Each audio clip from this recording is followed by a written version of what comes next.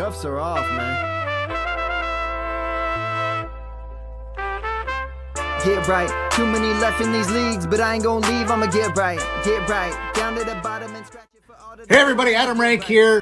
What's up everybody? It's Marcus Grant. This is AJ Dillon of the Green Bay Packers. I gotta give a shout out to y'all at Get Right Fantasy. If you are not subscribed, what are you waiting for? You want to lose your league? Our league. Check out the Get Right Fantasy Network. You got to get right with the Get Right Fantasy Network. Best of luck with your podcast. Appreciate the support. And you're tuned in to watch my boys at Get Right Fantasy Network. Get you right. Enjoy the show. But I tune in every Friday. Strategies provided, I will lock in every way. So go and roll your sleeves up. Yeah, go roll your sleeves up. And I'm getting down, cause I roll my sleeves up. And I'm getting right, cause I roll my sleeves up. What up? What up? What up, world? We are back. I'm Anthony, aka Rasta, and this is Get Right Fantasy Network. We are here for part 2 of our Friday night start sit show. I'm here with my boy, the host of The Extra Point, which you can catch here, of course, on Get Right Fantasy Network. Make sure you throw a like and subscribe on his channel as well. Mr. Phil Ruskin, how you doing, my guy? Happy Friday. Happy Friday. Well, how am I doing? I had Jamar Chase last night. I had Lamar Jackson last night. I had Joe Burrow last night. I had Mark Andrews last night. And the best part about it, as we just talked about backstage, in the places I did not have them, I didn't play against them. So there it is. That was the key. Like, if anything, like, hey, it's one thing to not have, to have the guys playing and have them in there when they go off like that and put up 40 or 50 in your league. But to not be playing against that is a nice thing as well.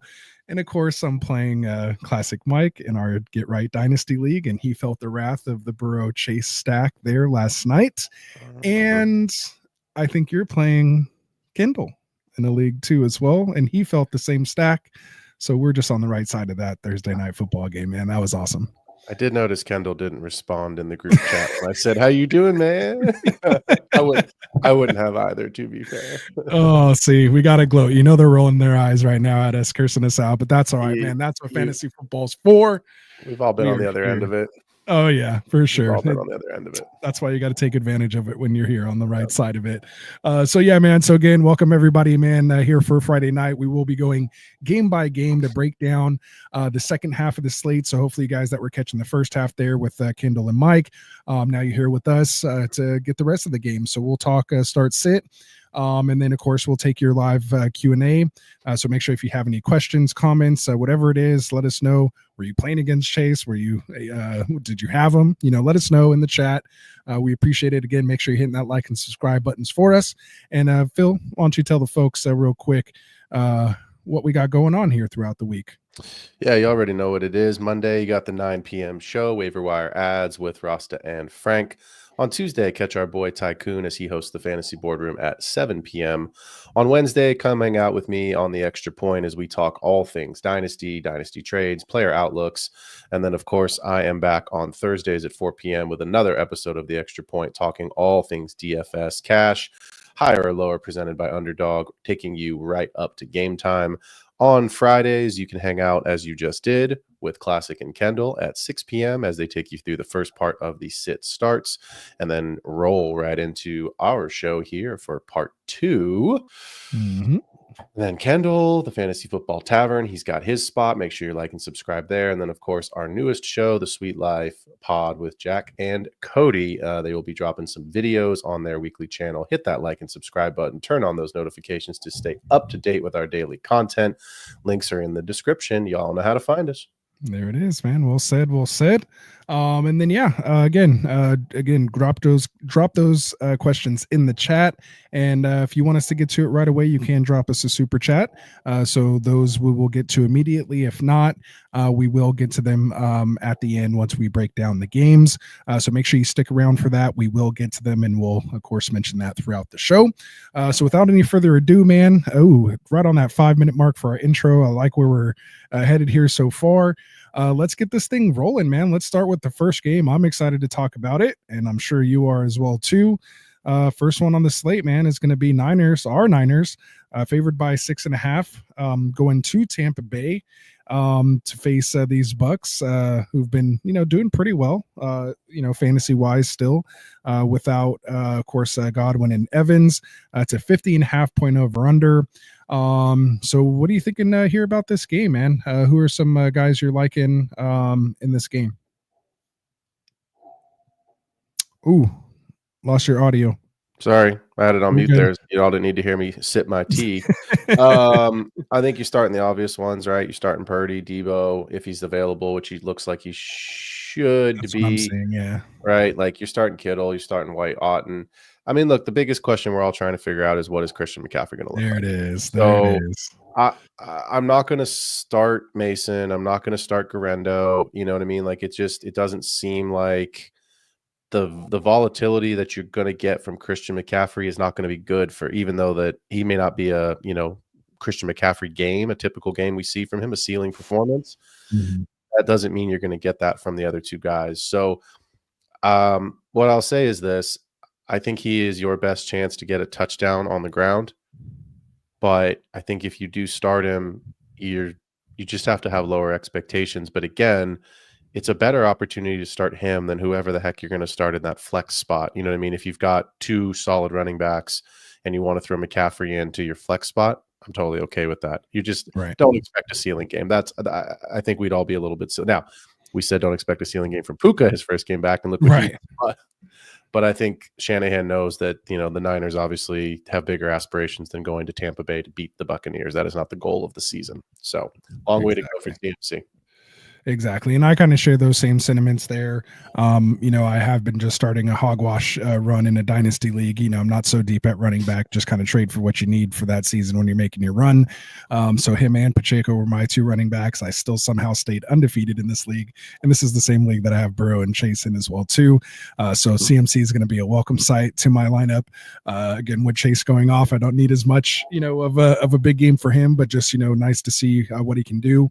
But with that said, for folks that are maybe really kind of deciding that, for me, I think even though he may not get of course 20 carries and like 6 or 7 targets, I think he can get 5 to 7 targets and maybe only like 5 to 10 carries, if that. Maybe like that 7 or 8 range is kind of what I'm thinking. And of course, get him outside, don't run him up the middle, let Mason kind of do that dirty work. But I think if they do get within the 5, they would still have him on the field and still kind of run him up the middle in that type of situation. But let's not run him up the middle, on the 48-yard line, is kind of, my thought process there.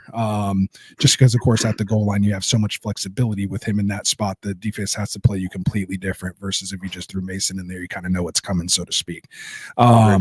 So that's my thoughts there on CMC. Definitely worth the time. Another person I want to talk about here, another running back in this game. We did, you did mention White, and I had him, as a must start. I just felt, they're probably going to be playing from behind, and we've seen what White's been doing, and Baker is the check down king for a reason. Even though Bucky has been making a nice push, to turn this into a split backfield, which they just didn't even have last year. So I'm not. Everyone's like, oh, Bucky's taking over. Like I'm not scared of or push away from White. Like White's still going to be very valuable, especially in PPR leagues. But now that we have Bucky kind of emerging there in that first and second down role and still being viable in the passing game as well too, do you find yourself kind of starting him this week if you need to? Our team's not great against the run per se. We're middle of the pack. 22.3 points to the position is what we allow. 19th most points allowed. So what are you thinking there on Bucky this week? I have him just outside that RB2 range. So my rankings say no, but at the same time, I was just looking at a roster that I have, and I have I have Josh Jacobs out on a bye this week. I have Alexander Madison out on a bye this week. I have Zach Charbon. Make it like my rosters, as y'all listen to the show, I'm very wide receiver heavy. So this is one of those rosters where, I've just not got the running back depth. So in that league, I have to start Bucky. So I think if you're desperate, there's worse players that you could have in your flex spot. But no, I wouldn't start him in my 2 running back spots. And like I said, if you're desperate and you need to throw him in there, he does give you, a little bit more of a hope to actually break off of a run. He can catch some passes. It is more of a split backfield than we want to admit, even though I think White is the guy, and especially with the receiving core being decimated like it is, I wouldn't start him if you don't have to, but I'm okay if somebody's got to go there. It's that time of the year with bye weeks and injuries. I want to ask you, Bucky or Travis Etienne, if he plays? Etienne, but it's the fact that I had to back-to-back 25, 26. Yeah. That's why I say the fact that I had to kind of do the eye roll, head roll, linger on it should tell you. I just got a trade about 20 minutes ago with Etienne as a part of it. And I was for Josh Jacobs leaving my team, Etienne coming into my team, and it was an instant decline. I was like, absolutely not. Yeah. Absolutely not. I'm one of the biggest Etienne fans you can find. I still think he's going to be valuable, almost like I kind of just said, like CMC's type role that I was just mentioning. Yep. But to me, his production has been related to his lack of production, I should say, has been related to his health. I think as he gets healthier, Tank's, still there. But again, he was one of the guys who had, the most, share of a backfield, I think, over the last 2 years. Remember, like he had some absurd, like 89% just 2 years ago, because they just had nobody else. And then was, I think, high up there again in the high 70s last year as well, too. So I think if it gets down to like a 60-40, 65-35 with Etienne playing those passing downs, he's still going to be a nice viable RB2. He may not have that RB1 upside anymore, like top 5 type guy, but he's still a nice RB2 for me. I mean, the last thing we'll say on that really quickly is Minnesota's defense is legit. I have been very, very adamant about planting my flag. Kendall's Anthony Richardson flag plant has been my flag plant against the Jaguars this season. Right. And you're going to tell me that they're going to go as the game in Minnesota? No, the game's at home. You're going to tell me they're going to beat Minnesota with a busted Travis Etienne and Mac Jones at quarterback? Get out of here. I'm just saying, I think they're going to play from behind, and he's going to be the passing back. So I can see 6 to 10 targets because Mac Jones might have to check it down. So that's kind of, what I'm thinking. But again, that's why I still have him down there at 25, 26. I'm not sure Mac Jones knows what jersey color to throw the ball to. So it's been a very long time since we've seen Mac Jones. Spicy. All right. That was our little Jacksonville tangent. We didn't get a chance to talk about this game, but that Etienne question definitely comes up. Yeah. So with that said, that was kind of, again, just because that was our Bucky comparison there.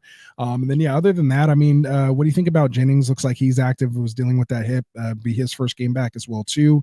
And then if with or without Debo, do you think there's an opportunity for Ricky here to do anything as well? No, it's a shame because we talked about Ricky Pearsall on my show earlier in the week as being not necessarily a sneaky start. I do think he's a good DFS play, so cheap if you want to get some exposure. We know Ayuk's out, and I'll be honest, I'm probably going to be taking him out of my DFS lineup just because I do think Debo's going to play, and we should see that consolidation go to George Kittle, McCaffrey, some run with Mason, and then obviously Debo there. So I don't want Jennings back after one game. Pearsall, 4 targets the last couple of weeks. So it hasn't been enough volume. Yes. I mean, like, it just hasn't been enough volume when he's had opportunities. And now you're telling me you're going to put Christian McCaffrey back in the mix with Kittle, with Debo. If Debo was out, we'd be having a different conversation. But if Debo plays, I don't think there's enough left over for Jennings and Pearsall outside of a big play to really have a fantasy impact for your team. Very nice. Last person I want to talk about in this game, Sterling Shepard.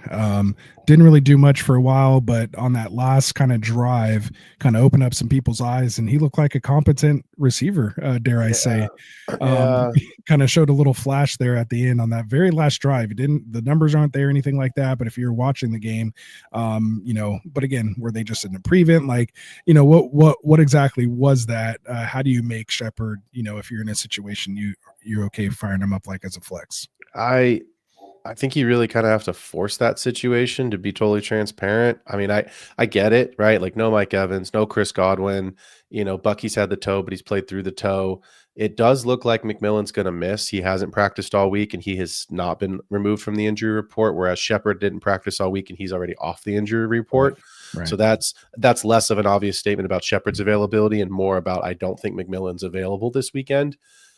But again, it's the same thing we just talked about on the Niners side of the ball. Cade Otton is seeing double-digit targets. You've got Bucky in there. You've got White in there, both of whom are pass catchers. So I would prefer not to go there, personally. Okay. Ridley or Shepard? Oh, God.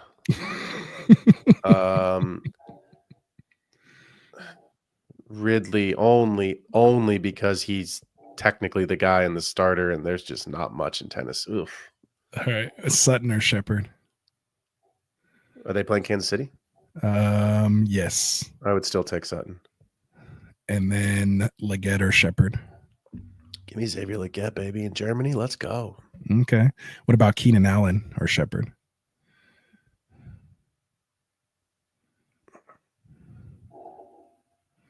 Keenan. Okay.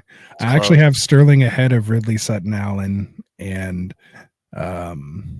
whoever else I said. We did it. It only took 10 weeks, but we found something that I guess we found one or two. This is like the third time this season we've drastically disagreed. Right. Not bad. Not bad. There you go. It's bound Check to us happen out. at some point. 10 weeks, right? 10 weeks. We can agree on that. We can agree on that Burrow Chase stack being fucking fire, though. Exactly. That's where we know we're still good.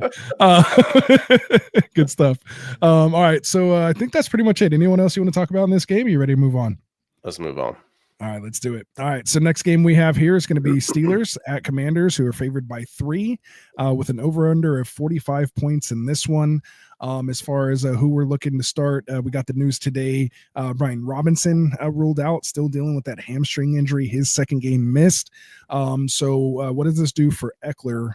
Is he kind of a must start for you now with B-Rob out against the Steeler defense, who I think if anything, they do give up points to the running back position. It's usually to the pass catching type variety.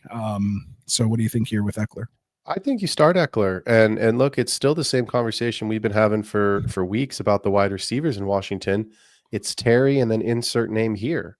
So I think Eckler becomes the de facto wide receiver too. He made his money for years in LA being a valuable pass catcher in fantasy. That's the reason, like a Christian McCaffrey, right? Like some of these other guys that have been, upper echelon, overall RB1 archetypes because of that pass catching ability. So yeah, get Eckler in there. I think this game's got points in it. Like this is not the old Commanders. And to be fair, the Steelers, like, I get it. Everyone wants to bash Russell Wilson every week. By the way, if you're looking at some lines, his line for passing yards this week opened at 210. It's now up to 212. That's criminal. Go take the over or the higher on Russell Wilson's passing yardage. He hasn't missed that lineup yet.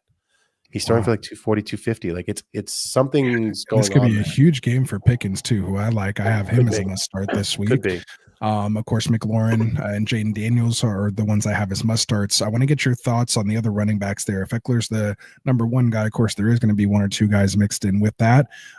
Chris Rodriguez, him to kind of take that role over McNichols, who had it kind of earlier in the year, but this last game looked like it was Rodriguez who kind of came in and finished it off. If you had to go with one of these two guys, and again, you're in a desperate situation, but if you had to choose between Rodriguez or McNichols, which one are you taking? It's close. Probably Rodriguez. This is like for the deepest of leagues here. I mean, yeah, it's like if you're a 14 teamer, right? Like right.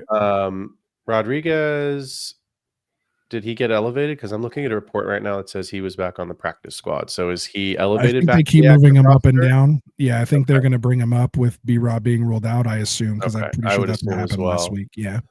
Well, put it this way, I'd take McNichols in that standpoint then. But I don't know, man. I'd put it this way. I don't want to go there.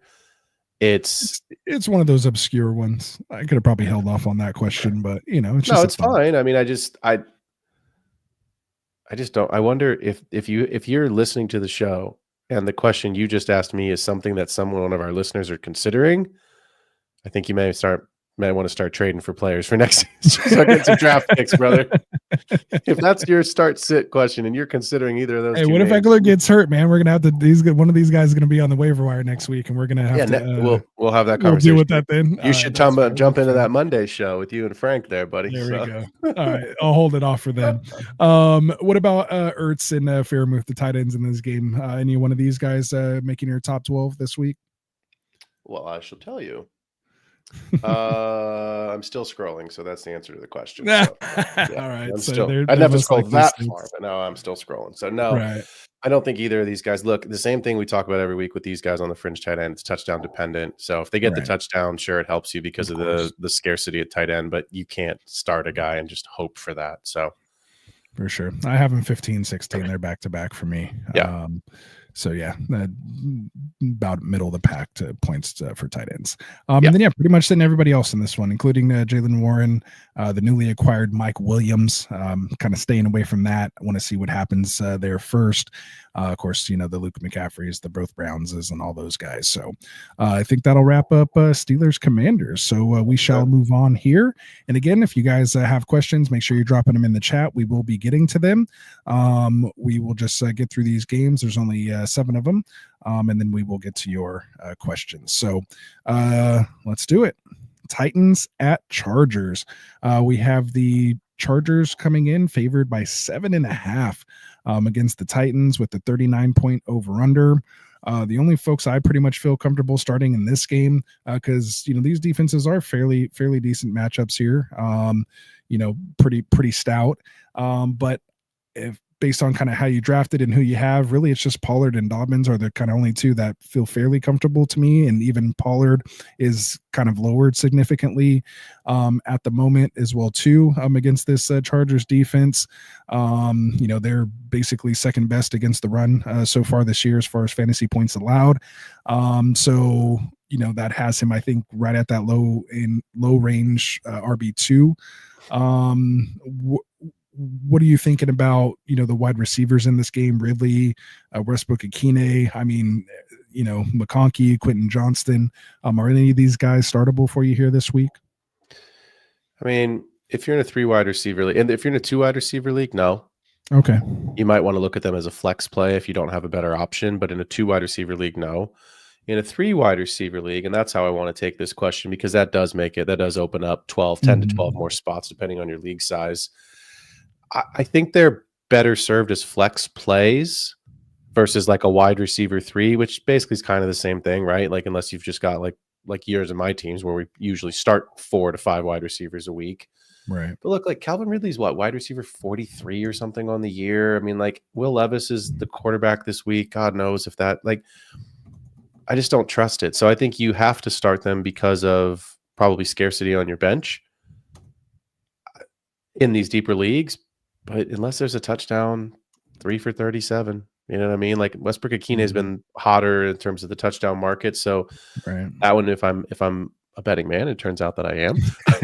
I might ride that line for another week. No lies told. Yeah. No lies told. I had a fantastic night last night. Thank you very much. There you go. But it just, again, you guys that listen to the show know me. Like, show me the data that says that Calvin Ridley's going to have a breakout game. Because if he has a breakout game, it's an outlier. So that's the part for me where I struggle with. Like in the Chargers, I expect this to be a low-scoring game. I think everybody probably does. I don't think this is. I mean, look, the over/under's what 38, 39. It felt a little high, actually. I don't want to go there. Again, if you're in a 2 wide receiver league, no. If you're in a 3, you probably have to because you just don't have better on your bench. Makes sense. And again, with the bye weeks as well, too. And then what about Herbert? I mean, he kind of hit his, I think, season high in attempts. I think finally threw the ball for 30 attempts. Maybe it's because QJ's back and, getting Palmer back. What do you think about Herbert now? Is he getting closer to at least like QB 15-ish on a weekly basis, or at least this week? What are your thoughts on him? I'm not starting him. I'm trying to see where he is in my rankings this week. I have him at 18, 17. Okay, I was like, I literally have him exactly at 18. I have it. I have him at 18. Sorry, I said it right the first time, and I was looking at something else. I was like, oh, do I have to move him up? No, I have him at 18. Okay. So no, not in obviously in Superflex, yes, but in a single quarterback, no. I just Tennessee's defense is interesting. Like they've actually been kind of middle of the pack. They're okay. Like they're not awful. They're just not great. So no. Okay. Yeah, and I again have him at 18. He's a QB2 in Superflex or two QB leagues, or if you're just in a dire situation, it's not the end of the world if you have to get a start against them. All right. So anyone else you want to talk about here? I mean, we do have Spears coming back. Looks like he'll make his return after dealing with that hamstring injury. But basically, Boyd, Chig, Vidal, Palmer, the tight ends, I'm kind of staying away from. everyone else kind of in this game. Like to me, again, Pollard, Dobbins, and then McConkey, are kind of maybe the three people I even feel comfortable starting in this one. Agreed. Cool. All right, well, let's get to it. So you want to tell the folks about Underdog? Yeah, let's do it. So Underdog, as y'all know, best and easiest place to play fantasy sports. We love their best ball draft tournaments. We will live stream some of them all off season. For those that aren't familiar, best ball leagues are leagues where you draft your team and that's it. No season-long time commitment, no waivers, no trades. The best part, no weekly lineup setting. So you can draft hundreds of teams. It doesn't replace your managed teams. If anything, it helps you prepare to understand player values and ADP for your regular redraft leagues. If you're looking on Underdog and you see their pick'em contests, you can tune into my show every Thursday where we go through pick'ems and we talk about higher or lower on player stats like rushing, receiving yards, and touchdowns. Go sign up now. Use the promo code GETRIGHT, GETRIGHT. Receive a 50% deposit match up to $1,000 in bonus cash. You'll get a special Jalen, let's try that again. Is it Jalen Hurts this week? It might not be. We have Lamar Jackson. I don't think I got the updated pick. You're gonna get some special pick. You'll get a special pick. It'll be there. Plus or minus half a total yard, which is basically a win. But I will say Jalen Hurts is questionable now to play. Yeah, dealing with this. Did you see the conference for that? He was like, "Oh, but it said it was rest or something," and he's like, "Oh, yeah." All I'm saying is if we get Cooper Rush versus Kenny Pickett, you can put. I'm telling my buddy, you can put that one on the side TV, please. Don't put that on the main screen. You can put that over here. Hopefully, it gets no airtime on Red Zone. So, well, I mean, if those two clowns are throwing it, it might be the Saquon Barkley show, boys and girls. Exactly. Oh, that'd be tough. So good stuff. Again, appreciate those folks over at Underdog. Make sure you guys using that promo code. All right, so let's move on here. And again, make sure you're dropping your questions down in the chat. You can always, if you do have to go and just want your question answered right away, you can always drop us a super chat. Doesn't have to be for much, but just let us know your question and we'll get to it immediately. If not, we will do a live Q&A segment when we get done breaking down the rest of these games. I think we only have 3 or 4 more to go, so just hang in there and we'll get through them and get to your questions. So where were we at? We are going to go Jets Cardinals. Let's do it. We got the Jets coming in favored by 1.5, visiting the desert out here or close here in Arizona for these Cardinals, which I can't get a make on them one way or another. We have a 46.5 point over under in this one. So Rodgers, Kyler, let's just start there. Of these two QBs, I have one that's been rising up, one's been going down. I don't think I have either of them as a top 12 guy this week. But how you feeling over there with these two guys? Nope. All right, fair enough. I have Kyler at 15 this week. I actually have Rodgers ahead at 13. If you did have to pick one or the other, which one you have higher? I have Rodgers at 14. I have Kyler at 15. So my rankings Rodgers, but Again, look, I know you and I could go on for this all day, but like for the folks that are listening, especially if you're new to the show, the rankings are just a barometer.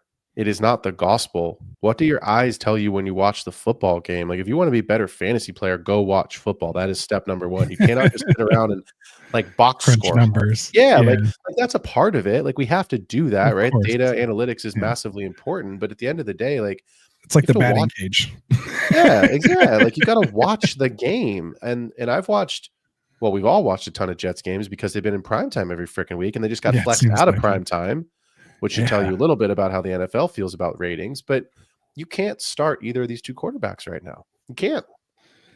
Yeah, that's kind of where I'm at too, and I have a couple tough decisions to make in a couple leagues too because I was pretty Kyler heavy. But we'll see what happens. A lot of spots though, I kind of had like Geno as my backup. He's on bye, so kind of maybe giving Kyler one more week and see how things go.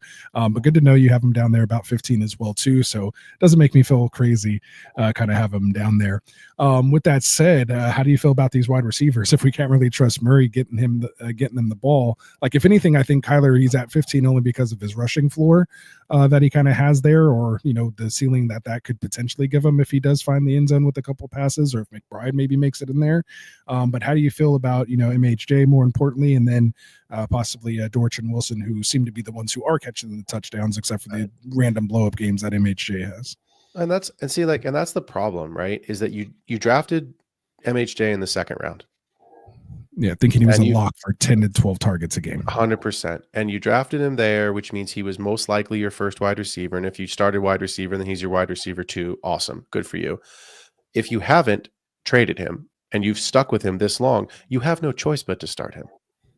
And you're just going to have to live with the volatility. It's the same thing. I don't know. I haven't looked all the way down, but it's the same reason why we talk about don't draft Sam Laporta in the third round. Because if the touchdowns don't come, you don't have a choice but to keep sticking him in that tight end spot every single week, right? So you have to start Marvin Harrison if you drafted him in the second round and don't have another option. The problem is that you're right. You could get a blow-up game, or you could get 7 points. 3 points, and that's and yes, and it's the point. Decent, but for your wide receiver one, nah. Can't have you're that, going up right? against Jamar Chase that just put up 60. Like that's the kind of upside you're looking for, right? That's it, right? Like Justin Jefferson takes on the Jaguars this week. Justin Jefferson should have a blow up spot, right? Like especially after he just seen what Chase did. I'm scared to see what JJ might try to come out to do. Hey, he's going to be in Sam's ear like we need to do that. You know, he was saying that.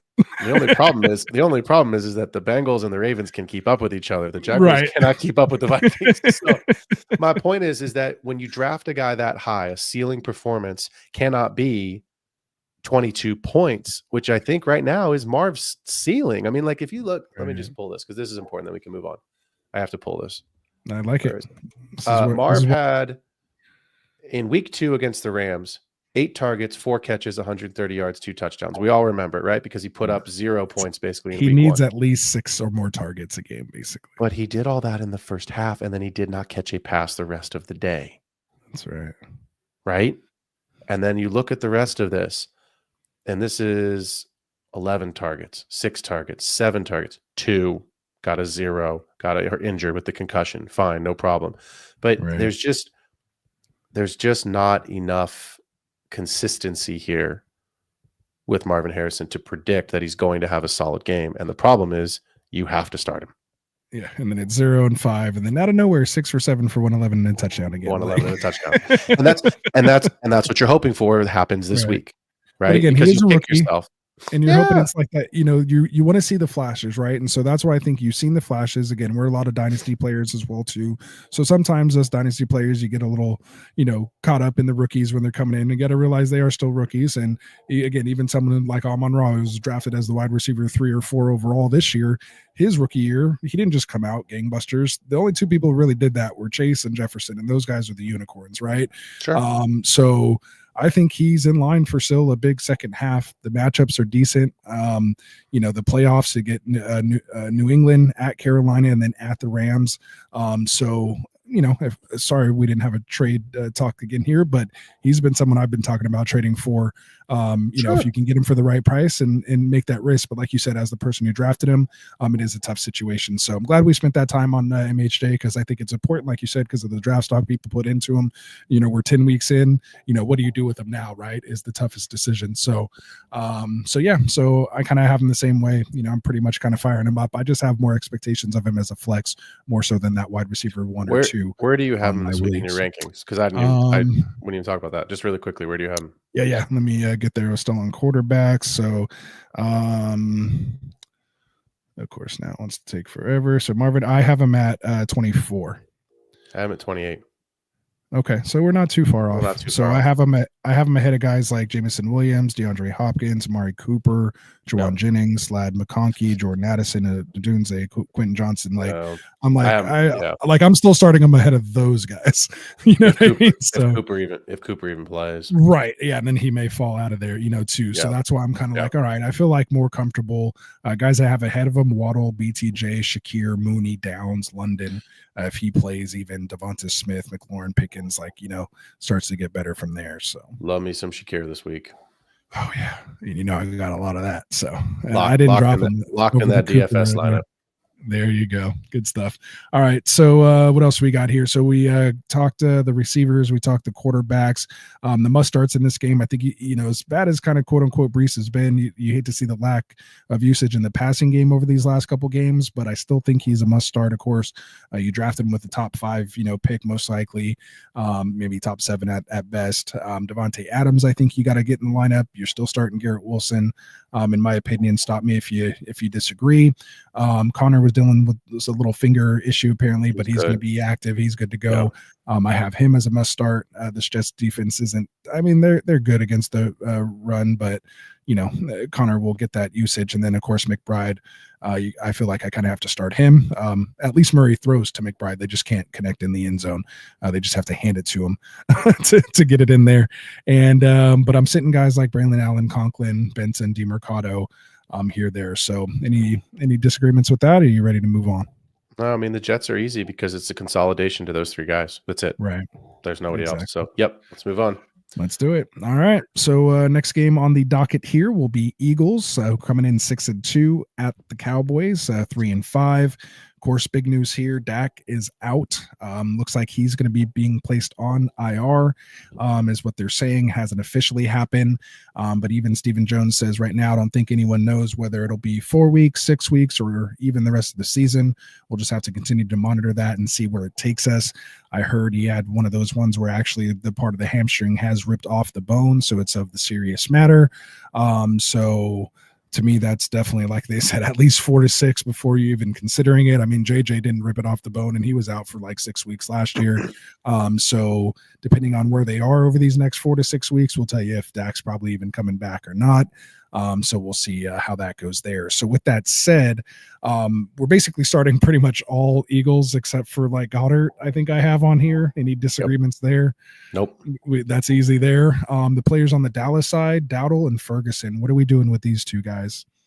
I just really quickly, the former coach in me, and former athlete who has spent time around players who have torn their hamstring off the bone, Dak's done. Now, this is the NFL. There's all kinds of crazy shit, but for a fan, he may come back for the. Well, actually, I take that back because the Cowboys aren't going to the playoffs. So I was say he may come back for the real NFL playoffs, but the Cowboys won't be there. So you're talking 4 to 6 weeks. It's already week 10. Yeah, week 15 is when fantasy playoffs start. So Dak's done. There's no shot that he's coming back. I had a player of mine, my second year in New York, tore his hamstring off the bone. He was out for 8 weeks before he could even start training again. Wow. It was a month before he got back up to speed. And that's a Division I athlete. I understand Dak's a pro and he's got all kinds of different stuff. I get that component of it, but I don't have faith. The body's the body. So I just don't have the faith. And if you're the Cowboys, why bring him back? You're not going to the playoffs. So anyway, I think you have to downgrade Jake Ferguson as much as we love him. Now, the caveat has been Cooper Rush actually has been. I was going to say. But, all right. I don't know that Cooper Rush makes the Cowboys better like Jameis Winston makes the Browns better. I don't know that that's the same comparison. I do like Dowdle this week. I just wanted to check where I have him in my rankings. I have him at 25, so just outside that RB2 range. Ball's got to go somewhere. So I think you can. I wouldn't, again, my rankings say don't start him in your 2 RB spots, but again, if you're hurting at running back like some teams are, like most of our teams are, I don't hate it. You said you had him where again? 20. What did I just say? 28, 25. What did I say? I had to look again. I'm questioning my own rankings. Hold on. My bad. 25. I am at 25. 25. Okay. So yeah, right one spot off. Right, one spot behind you. So yeah, I'm not going to cry over semantics. If you need to start him, fine, start him. Ferguson is more interesting to me because 10 targets, and most of those came with Rush. Yep. 7 catches, 71 yards, 14 points in a PPR. I mean, it's the tight end position, so it's positional scarcity. You're going to start him. I don't think most people, please don't carry 2 tight ends on your roster. Just don't do it. It just clogs space. I just think that the ceiling is a little bit lower and the floor is a little bit lower with Cooper Rush in there. That's all I'm saying with that, right? Ingram or Ferguson? That's a decision I have to make, even with Mac Jones. Okay. You said he didn't. I don't think Mac Jones. I don't think Mac Jones. He doesn't, but I know he can't push the ball downfield. Okay, so we'll throw to Ingram at least. Okay. I think BTJ is downgraded a little bit this week with Mac Jones, and Ingram actually is probably status quo as far as assuming he gets the targets. But Makes sense. man. How does the conversation always end up back to Jacksonville? I guess we have this affinity with Jacksonville at the moment. They're one of the most interesting teams to talk about, I think. Can right we now. just They have got a lot going promotion on. relegation? Can we just have what's the Rocks football league called? Whatever that league is called. Can they just have the champions come up and then like the Panthers get sent down? Like goodbye. Yeah, we're gonna have to vouch for that for sure. Mm. So yeah, other than that, yeah, we're staying away from everything else. Obviously, we're not touching the whole Cook side of the situation over there in the Dallas backfield. Zeke had some off the field kind of stuff almost kind of going on there too, so he's out of the question. And like we said, we're pretty much firing up all Eagles there. The main ones Hurts, Barkley, AJ really Brown, quickly, Alex S in the chat. Yes, man, we do read the comments.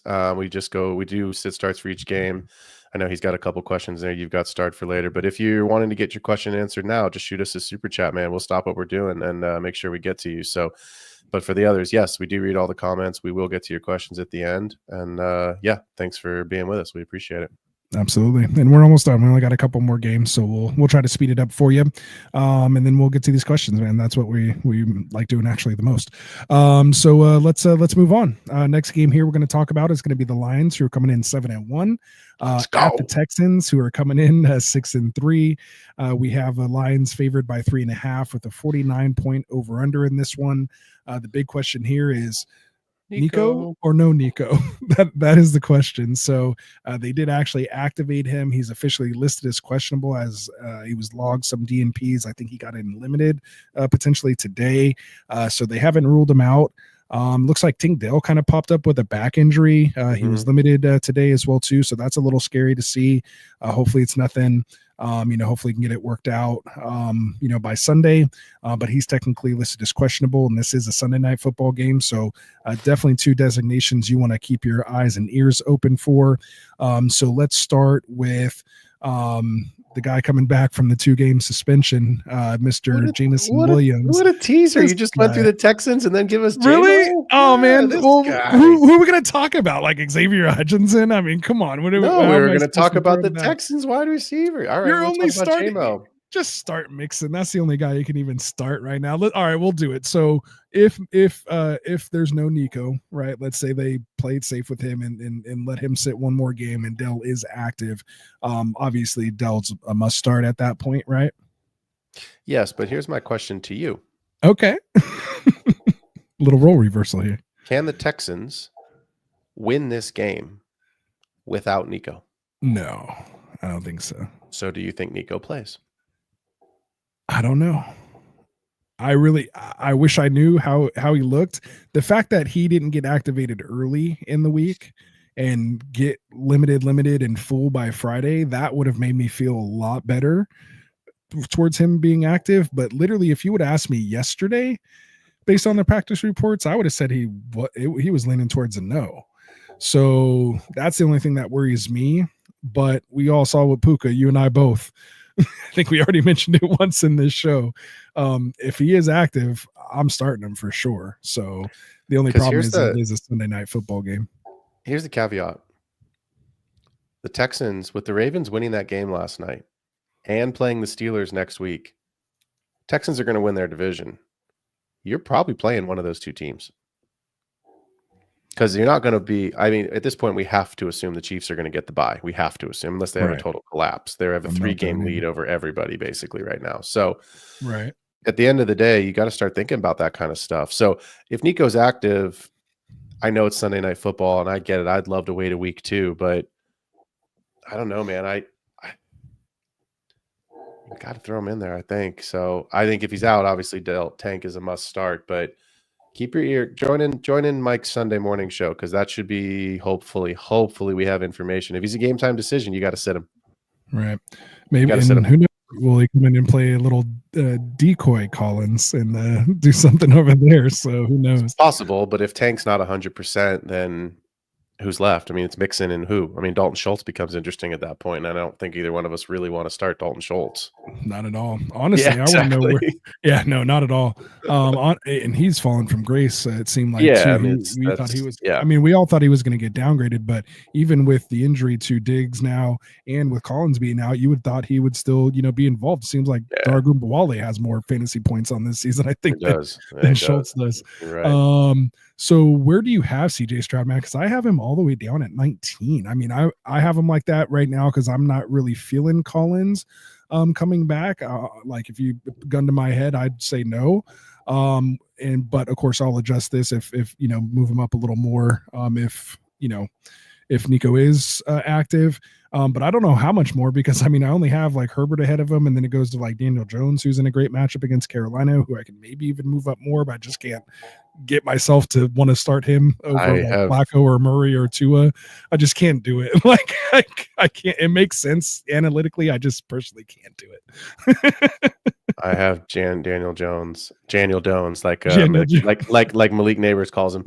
I have Daniel Jones one spot ahead of CJ Stroud only because it's Carolina. Yeah, well, I have him 2 spots ahead, so I'm not even that far you behind cannot. you, yeah. Here's the Herbert truth. in between. CJ Stroud. I need to see CJ Stroud play well without Nico Collins because right now he has not done it. He hasn't. And that's to me a big issue. People were asking of Brock Purdy, right? It's kind of like, exactly hey, right. Can this guy do anything without these exactly weapons? Right. So no, I can't. I don't think you can start CJ Stroud in a single quarterback league. He's a solid QB2 in a game where I think the Lions are gonna win the game. I know it's on the road. I know the Texans are in their battle red uniforms. It's a dome, which helps Goff. The Texans have a good defense. Like on paper, it's a trap game for the Lions for sure. A trap game. I see a path to the Texans winning it, but I do think the Lions win the game. And I don't think anybody's really been trusting Stroud lately, especially without Nico. So no, and if it's not a super flex league, I think he's on your bench. Yeah, no, which sucks, but that's kind of how it is. Where it is. Yeah, like I said, do you guys post this live video or only stream live? Yeah, so after we're done, if you subscribe to our channel, you will be able to catch all of our past live stream as well under the live tab on YouTube. So they don't post as videos, but I've been known from time to time to kind of just break some of these up. So good question for you there. So again, hopefully hit that like and subscribe button for us. And again, we will get to you guys questions here in the chat very soon. And we'll go from there. So I got them all started up. I think I'm current. So anyone else you want to talk to about in this game? I mean, as far as the most starts that I have is Gobbs, Gibbs, Demont, Amon-Ra, of course, Laporta, Mixon. Laporta's maybe borderline if you want to have that quick, discussion there. But like you talked about earlier, pretty much where you drafted him, you have to get him. You're not, walking 2 or 3 tight ends. So you're there. And then I'm not touching a Goombawale on this one. Unfortunately, he might actually get some usage because if they are kind of maybe throwing from behind, maybe to give Mixon a little blow or like a 2-minute drill kind of a thing, he might accumulate a couple catches there. But yeah, Hutchinson, Mechie, our boy Bobby Trees, I can't get them into a lineup. I forgot he was even on the team. Yeah, I know, right? He came out with like a random catch the other day last week too. Yeah, bro, it was like a third and something. Yeah, and he converted it. So wasn't he old when he was on the Rams? That's what I'm saying. Do they wheel him out of the chair on Sundays or let's talk about the Dolphins and the Rams. Let's move on. For sure. And we got Alex saying he's subscribed. So hopefully you subscribe to my boys or you're on this My side. link's in his link's down in there as well too. So hit that subscribe there. And of course, depending on which channel you're watching on, make sure you throw us a like and a subscribe as well too. So that helps out. We appreciate it. So we will get to the next game here, which is going to be the last game we'll talk about here before we get to your Q&A, which is going to be the Dolphins, who are coming in 2-6 at the Rams, who are 4-4. We have the Rams favored now by just 1 with a 50.5 point over under. So hopefully this ends the week very nice here with some points being scored. Let's start at the quarterback position for both of these guys with Tua and Stafford. How you feeling with these 2 quarterbacks this week? Start them both. Okay. I think they're both in the top. They're both in my top 12 right now. I think neither of these defenses is very good. They've got good offenses. It's Monday Night Football. The Rams, what was it that Thursday night game against the Vikings? They came out and we all thought they were going to get slaughtered, and they came out and just threw it and threw it and threw it and threw it some more. So I think you can start both these guys, and look, one of the highest, if not the highest, over under on the week. Right. Let's do it. Let's do it. Same Live up as to. the- Let's go, guys. Live up to the hype. Give us some There you goodness that we. I don't care who it is. Let's just put some fantasy points on the board. So We had a again, as long as shootout we're last not night to playing- start the week. Let's end the week with a shootout. Let's bookend the shootouts. Let's go. Perfect. So yeah, man. So I'm a little lower on Tua, I think, than you. I don't have both of them within my top 12. I have Stafford here at 10, and then I have Tua at 14. I have Cousins, Mayfield, and Rodgers. I feel just have a little bit safer floors than Tua. So I feel a little more comfortable with those guys this week ahead of him. But I do have him ahead of Murray and Flacco and Daniel Jones and Herbert and Stroud. So again, that's why. Obviously, it's my ranking, so that's why I feel comfortable with them. I have Tua so- at 12, just for clarity's sake. Okay. Yeah, So yeah, it's yeah. not like he's not like he's just two 6. spots off. It's just right there, right Just on the right line. there, right on that cusp. Need that first down measuring stick. Exactly right. I do want to talk about Mostert, man. He had that fumble last week. Didn't see pretty much a touch after that. We saw some Jalen Wright going on there. So do you think there's a changing the guard? Do you think it was just a one game, kind of a thing? I know he has the trust of that coaching staff. Obviously they go back even before the Dolphin days, back to the Niner days there with Mostert and McDaniels. So do you think he goes back to that RB2 role? Because someone else is going to have to run the ball here besides HN, but will it be Mostert or Wright? I don't want to start Raheem Mostert. And if you take from week 8 those 2 touchdowns out, he still only got 9 attempts for 19 yards. But isn't that his thing though, to be that like goal line type guy to get those touchdowns, the Jamal Williams, if you will? Yes and no. Like last year, he scored 18 rushing touchdowns or whatever he scored last year, some stupid number. Right.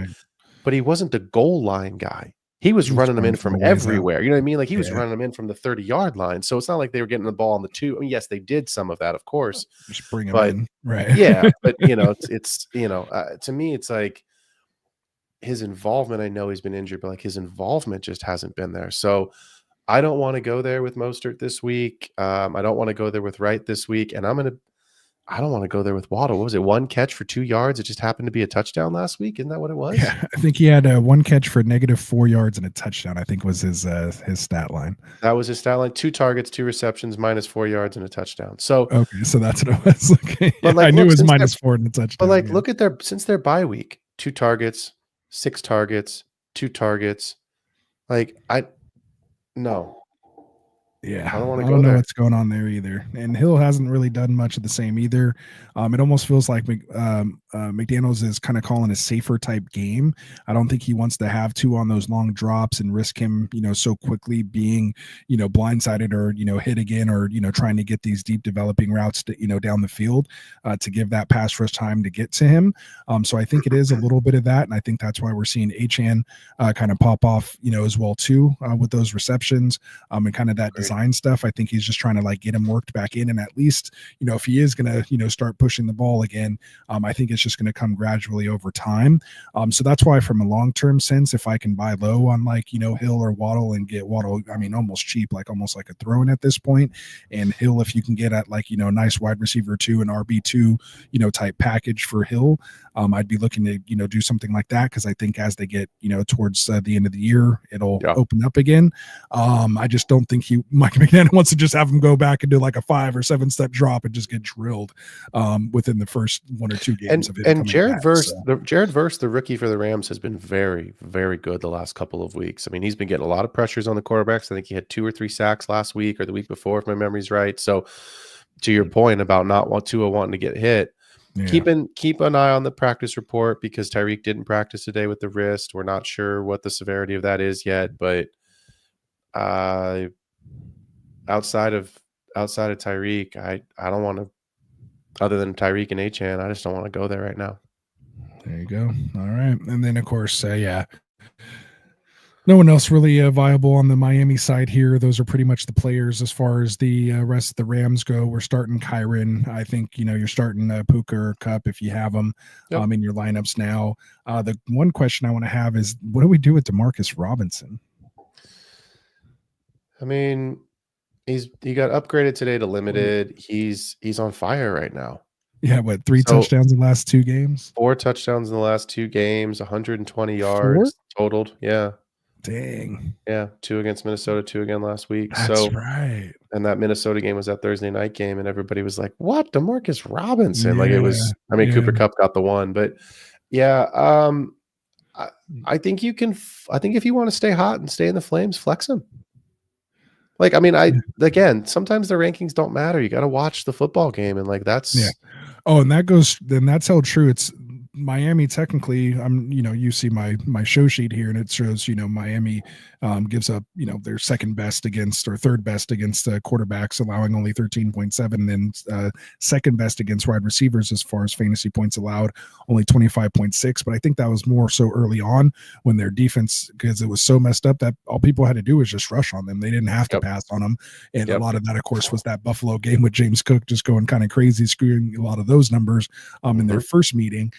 So again, this is where sometimes where that it kind of lies to you, so to speak, on as far as those points allowed.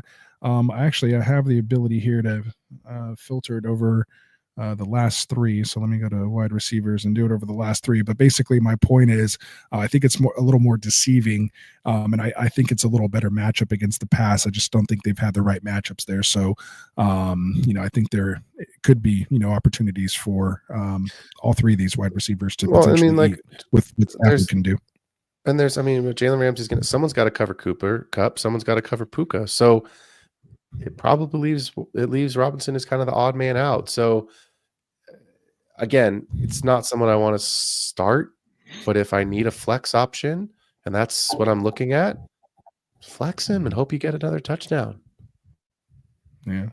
And over the last 3 games, Dolphins are 17th most points allowed to the wide receiver position. So they've given up a lot more. Yeah, right in the middle, just over these last 3 games. So, it's not shying away from those guys. And I think Robinson could be, again, a nice flex spot for you as well, too. So, I think that pretty much wraps it up. Anything else you got for this game, or ready to get to some questions, man? Let's do some questions.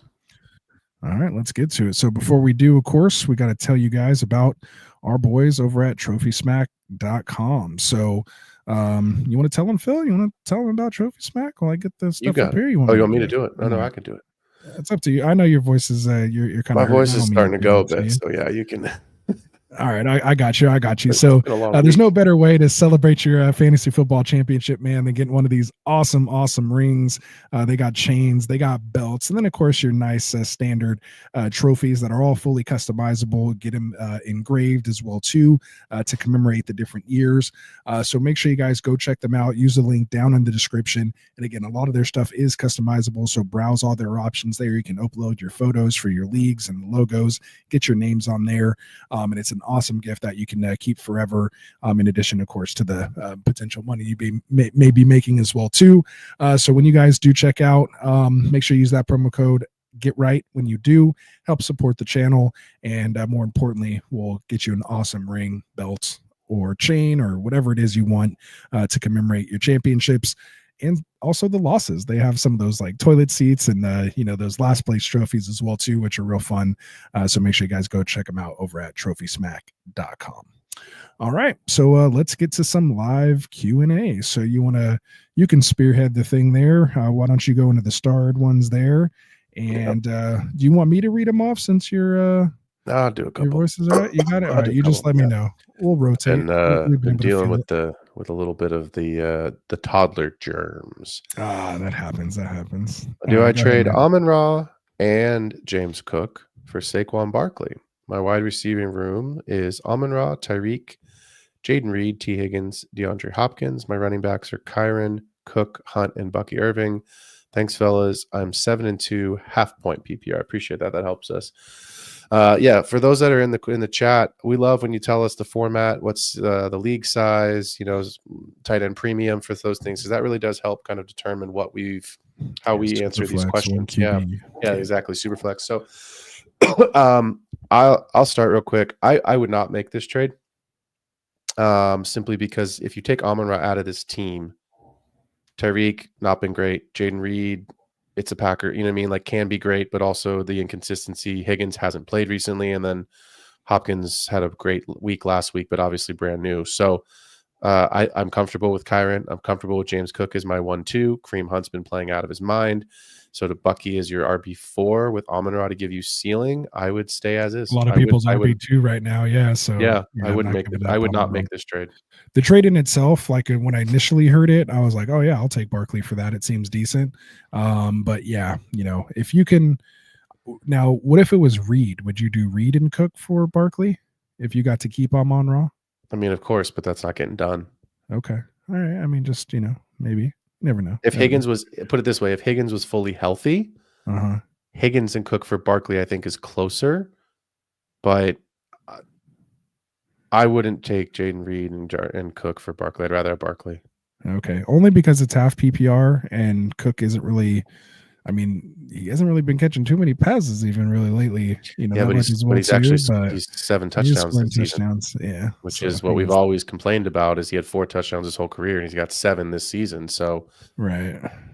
And everybody's hurt this week for the Bills. I think James Cook's about to have a great week this week. Him and Khalil Shakir, man. Fire him up. Yeah, no, these are all good players involved. Let's get that straight. You're not shysting anybody or anything like that. So, yeah, no, well done. I'm staying put too. Good stuff, Andrew. Hit that like and subscribe button for us if you're not already. All right, what you got next for us, Phil? Ravens show, yo. Wandale or ETN, full PPR, flex 1. Well, let me take a quick old peek. Give me 1 second. My gut tells me Wandale because there's no Darius Slayton. Yeah, they are Slayton's playing against out. Carolina. Yeah, Carolina sucks against the pass. That's my gut too. Yeah, so I think I'm going to go Wandale in this situation. Interested.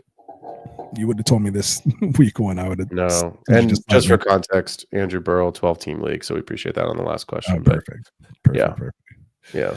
All right. So Wandale on that one. Yep. Use a waiver priority number 3 on Mostert. I wouldn't, Smokey. I would not either. He should clear waivers, and if you do want him, just go get him. Yeah, exactly. Bullseye, thoughts on Rachaad White? Not really a question. No, I'm kidding. I think this week is another good week. Look, the Niners are good. It's not our bias as fans, but at the end of the day, it's the same thing we've talked about for the last 2 weeks, almost 2.5 weeks now, or 3 weeks really, with these wide receivers going down. Rachaad White's value is in the pass catching game. So in full PPR, fire him up. But I think even in half, he got the touchdown last week and he's going to catch passes. And we don't think McMillan's going to play. So it's even one less backup wide receiver on the field with K-Dot. Agreed. I pretty much echo everything you said. So well said. Let's go ahead. Yeah.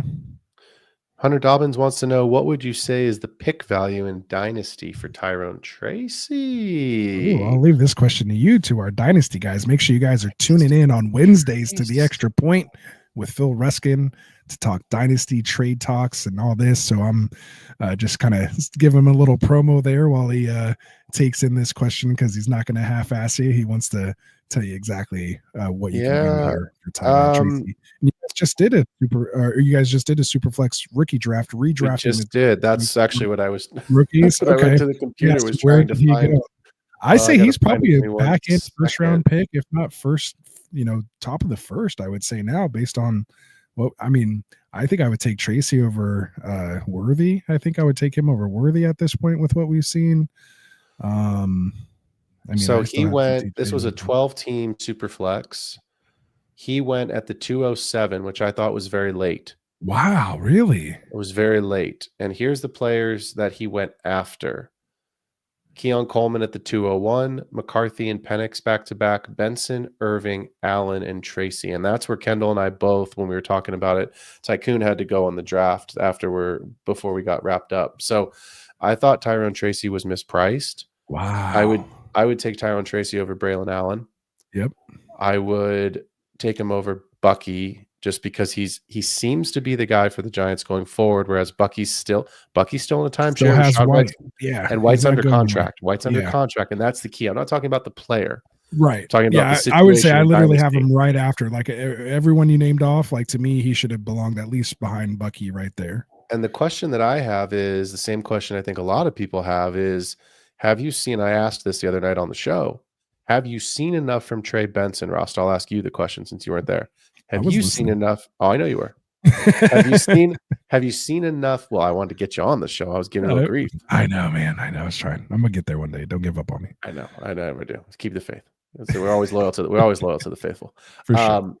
To the bay. Have you seen enough from Trey Benson? If Connor goes next year and this is his last year under contract, right, to feel like Trey Benson is actually a viable starting RB2? Yeah, I'd pay like a mid to high end second for him. Okay. Yeah. So then I think it's Brooks still as the RB1, benefit of the doubt that he is on talent going to be the best running back because we haven't seen it yet. After the Chuba signing, though, who knows, man? That's so crazy to even think about now. But maybe Carolina is finally getting smart and putting some pieces around Bryce. So we'll see. Hard to say that I just put Carolina and smart in the same sentence when I know. Pretty sure they went to the Jerry Jones School of GMing. So I would have Tyron Tracy as my RB3 in this class right now.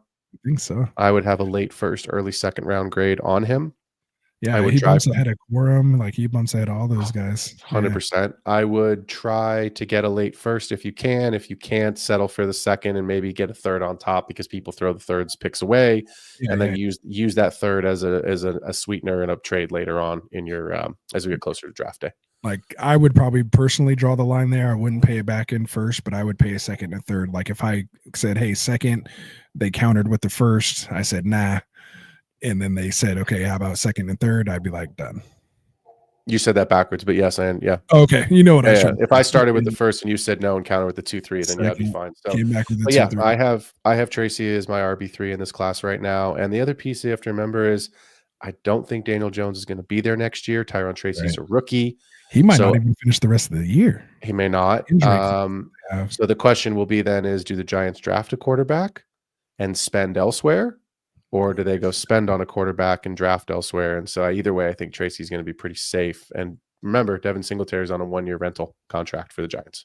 That's right. Yeah, he's done. It's a 1-year deal. They didn't even, he's taken over now. So good stuff. Good stuff. Correct. All right. Good question there. You get that Dynasty question hunter in there. Better get some likes and subscribe on the channel, boy. Pull that link up after that one. For sure. Good stuff, man. So what do you got next? What's up, Izzy? No, start Jake Ferguson against Philly or Kelsey against Denver. I know where I lean. I think it's Kelsey. I have him as my tight end too this week. So it looks like the Kelsey and Mahomes show is a little back. It's a little bit back. So I'll keep rolling with it. Trade Jay Jettis for Neighbors and JT. I'm like, no. Like as soon as you said trade, like there's a couple people in fantasy that are just not tradable. And to me, Justin Jefferson and Jamar Chase are two of them as of right now that I'm not trading. And probably, honestly, Saquon's probably as far as a redraft goes, Saquon's probably there too. Like when you're trying to trade, you're always trying to trade up, right? And get to the top thing. Once you hit those type of players, you're already there. You can't possibly get any better. So you're automatically losing the trade by trading someone away. Again, unless you're trying to get a package, but like these guys can score enough points, then you could put 3 people in the lineup. Like, in one position, so it gives you that much advantage. You want these guys in your lineups, man. Go trade, be the one who's trading 3 for 2 or 3 for 1. JT's RB23 right now. Like he's not getting. I mean, he's missed games. He's not been great. Like the offense hasn't been good. You can even say almost Sermon when he was in there was almost having better games than JT was. No, we're not doing that. Alex, for a flex spot, who should I start? Full PPR: DJ Moore against New England or Jordan Addison against the Jaguars? Wow. I'm gonna have to break out the. Oh man, I gotta do it too. Hold on, let's see where we're at. Because that hits my heart. My initial, of course, is Addison, but because DJ Moore have them that far apart. Oh man. Oh, why are you doing this to me, Alex? Had I known, good thing he subscribed already, because this is a tough question for me here. So where do you have him? I have DJ Moore at 25. I have Addison at 29. So they're not that far apart. And I'm going to go with my gut. I'm going to take Addison. Wow. So Caleb's just not. It's a hard question. It's crazy, right? No, that's a tough one. I have him a lot closer than you. I have Addison at 30 and I have DJ Moore at 33. I haven't been liking what I've been seeing, like you said, with Kyler. And even when he has, it looks like Rome is kind of the one he's looking towards. I mean, he's just had like a 100-yard game or 2 back-to-back 100-yard games, if I'm not mistaken. If you've been looking at Odunze lately, I don't know. DJ Moore only has 2 well, I have Rome, so yes, I okay, so you know. I'm pretty sure. Yeah, I don't have him in redraft. I don't have Rome in redraft, but I have him everywhere in Dynasty. No, he's just coming off 100-yard game, 5 for 7, 100 against Arizona. Oh, I didn't realize that DJ Moore only has 2 games this season with double-digit points, and one of them barely counted. It was 11.2. Right. That's in what half, I'm saying. But yeah. Let me see in full where he is. I would take Addison. He had the one good game against Carolina, so yeah, that's tough, man. I mean, he's getting the targets, 9 targets last game, but 4 for 33. Just Caleb's not connected on him. So yeah, I think I go Addison as well, man. And again, Jags defense, man, they're 5th against the pass, so or 5th most points allowed to the wide receiver position. So same question here. All right, let's move on down. Mm-hmm.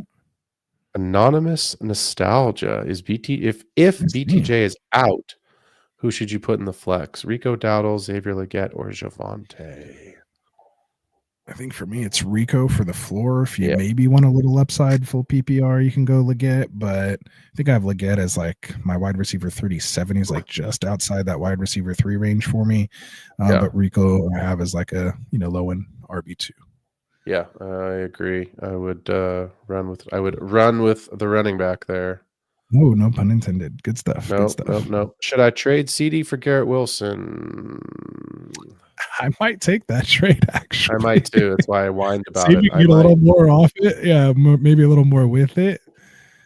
But with, like you said, with everything you just said about the hamstring and Dak not because to me, buying low on CD was assuming you might get him back. But with this news that came out today, I don't think it's there. Have you seen the Jets the last 3 weeks since the coaching change? 4 weeks since the offensive coordinator change? Everything goes through Brees, Garrett Wilson, and Devontae Adams. And even Brees has been taking a little backseat lately too in the passing game. But his usage has actually been a lot better though. Right. No, Lazard. No, Lazard's out. So no, I mean it's a consolidation between those 3 guys. And so sure, you could have some weeks where Devontae gets it and Wilson doesn't, but right. I would take Rodgers over Cooper Rush as my tiebreaker. If you think, well, CD's the only guy in his team, sure, I understand the argument, but I'd take Rodgers over Cooper Rush as my tiebreaker. Exactly.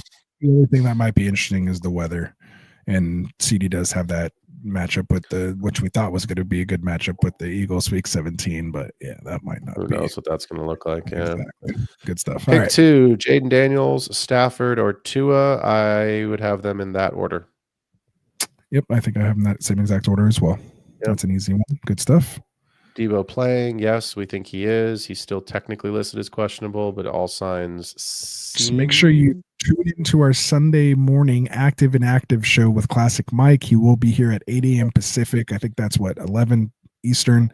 And he'll get those active and actives and come ask that question again. And, we should know by then. So there it is. There it is. What is the outlook on CD rest of season? CXL34 feels like he's going to be an elite wide receiver 1 still with Cooper Rush. Do you feel the same or differently, Rasta? I don't know about elite. I still think he can be within that 12 to 15 range just based on volume alone. Again, this is why guys like Neighbors with Daniel Jones are still viable. They'll still be, you know what I mean? It's still going to be there, Bryce Young with Legette. You know what I'm saying? There's still guys that are, that's not put those 2 in there. No, I'm just saying, I caught it as I was but you get the idea, right? Even these guys are somehow maybe even sniffing our lineups again, not elite wide receiver 1. But I just meant when you have a bad kind of combo. But if they're the ones still getting the targets again in a full PPR league, if you're getting that volume and they're at least able to connect, then I still think they're still playable. So yeah, I mean, I don't think he's elite wide receiver 1, but I think 15 to 18 would be my expectation. Hard to find. 17 guys to put ahead of him.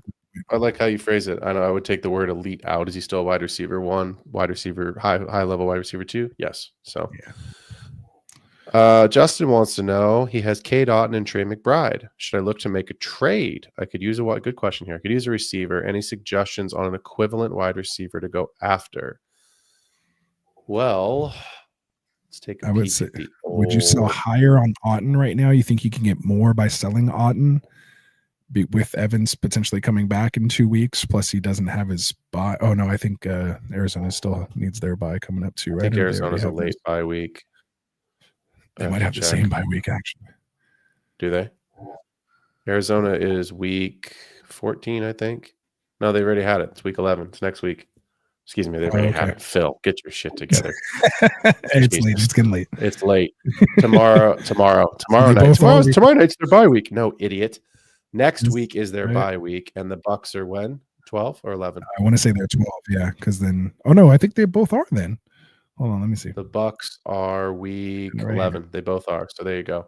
Yeah, so they both are. I would 11, sell Otton. You got to trade one reasons. of them for sure, just because of that. You don't want to be holding 3 tight ends on your roster. So yeah, I would sell Otton for 2 reasons. One, the touchdown upside, the usage, the targets have been off the charts these last 2 weeks. I expect he should have another solid game again this week, even though it's against the Niners. Fine, whatever.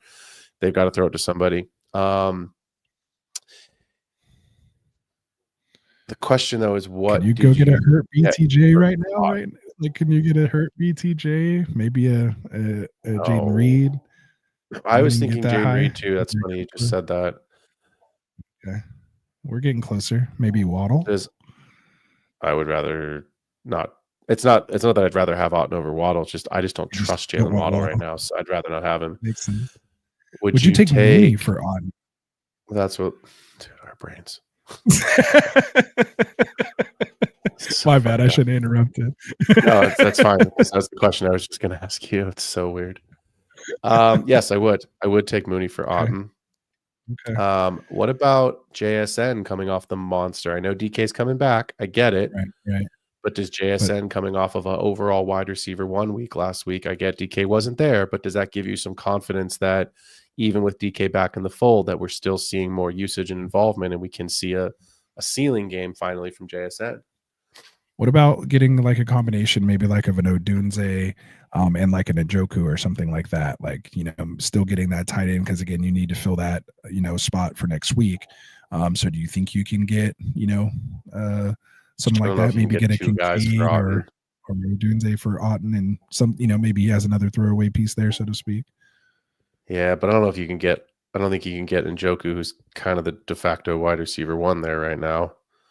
He hasn't gone crazy, and out of sight, out of mind, man. People are like, when you get through that bye week, it's like, oh yeah, I forgot he was even playing football. So I don't know, something like that. Maybe I would go get, if you're just looking at the bye week, I'd go see if you could get like Pat Freiermuth for 1 week plus Freiermuth plus. Right.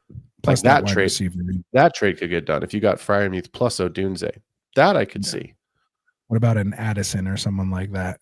Still too much risk. Like, are you there for Otton? Like, you want a little more proven for someone like Otton? The problem is that Otton's. You think you can get Josh Downs for Otton? Do you trust Josh Downs with Flacco for the rest of the year? Yeah, but is Pittman going to come back? I mean, is the offense even with Pittman? That offense is going through him now. No, it seems like he's taking it over. I know it is, but Jameson Williams maybe for Otton. Yeah, you could get that done. Jaden Reed's probably too expensive. It's possible. McConkey could get done. Yeah. Okay. So hopefully that's enough names there for you. Because Otton's going to retain his value even when Mike Evans comes back, because there's no Chris Godwin. Right. He's just not going to probably be absurd, but that's why he's not going to see 11 targets a game anymore, but he'll probably get 6. And I have no problem keeping McBride, like we said. He's tight end 6 and hasn't caught a passing touchdown yet. Yeah, so only rushing. So there it is. All right, so good stuff. Speaking of there. Jameson Williams, who else we got here? Well, I skipped this one because we answered it. Speaking of Jameson Williams, would you start him in the flex coming off of suspension? Neanderthal wants to know in our guillotine league. Ooh, I want a piece of that offense in this game. I probably would, but I don't want to be the reason why you go out of the guillotine league. He was close this week, man. He was like undefeated. You've been Phil, you're in the same league. I don't know if you're still kind of watching, but I'm watching. Neanderthal was doing real good, and then hit that 1 week. He was second to last, man, and our boy got you. Joe Ortiz, he got the chop. So he's looking to hopefully make a bounce back here. I pretty much, where do I have JMO? I'm at 25, so I have him. Yeah, so I have him as the highest kind of in flex that you can get. And I think the guillotine league's just 2 wide receiver and a flex, right? So, so he would be a flex start for me there at wide receiver 25. You need ceiling. Jameson gives you ceiling. Yeah, when he hits. So there you go. Lost on the Higgins being out this game. I went with Gesicki. Oh, okay. Michael Lopez had a tough night last night, which is a shame. Sorry, man. It's tough, buddy. Yeah, that's tough. That was the only higher or lower player prop that I did not hit last night. Was the Gesicki over on 52.5. I hit. He had been hitting without Higgins in too. Like it was almost like a lock. I hit everything else. It was just it's probably unfortunately going to be my best week of the season just because of how that game went and the way that I put cards together and single player props and just everything was just. That's cool. But that's good night. You missed it. Oh yeah, boo-hoo. I'm gonna cry about one thing. No, I was gonna say it was still good overall for sure. We made it. We made some cash last night, boys. So Rocky wants to know: would you guys trade Shakir for Rico or Bucky? I'm just a little weak at running back. I have Monty Chuba, not Chubb. Monty Chuba, B-Rob, and Benson. I think I'm keeping Shakir, especially since they're saying Coleman might be out for a few weeks, and you have Amari dealing with that same wrist. Everybody got wrist injuries. Hill got a wrist injury. Cooper has a wrist injury. Coleman has a wrist injury. Debo had a wrist injury there for a while too, in addition to his oblique and ribs. Yeah, I'm not going to do this trade for actually a different reason than what you said. Not because of Shakir's involvement. You're not going to start Rico or Bucky over Monty and Chuba, which means you're taking a running back and putting him in your flex.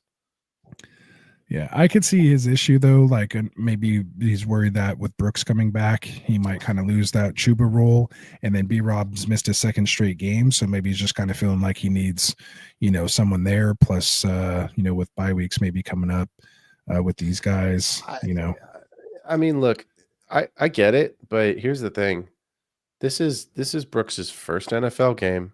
Right. He's not the starter yet. I don't even know if he's going to be the starter. The money says he's not going to be right now. And let's just take a step back and forget Dynasty for a second. Let's just take a step back and look at this running back class.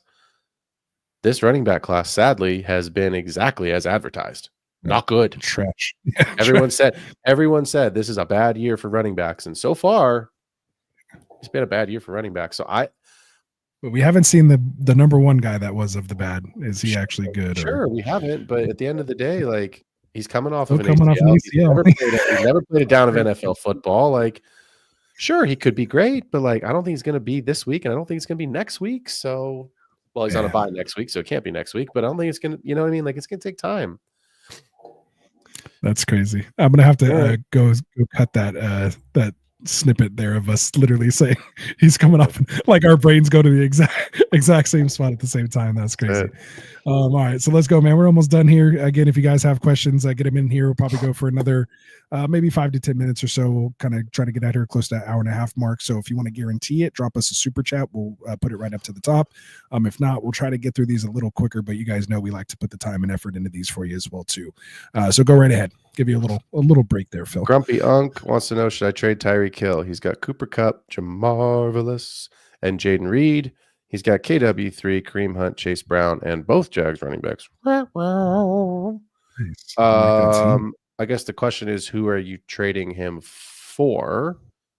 I'm assuming you're trying to upgrade one of your running backs, but Chase Brown looked really good last night. Khalil Herbert's first touch of the ball, he threw it on the floor. He was like, "Oh, hot soup, don't touch!"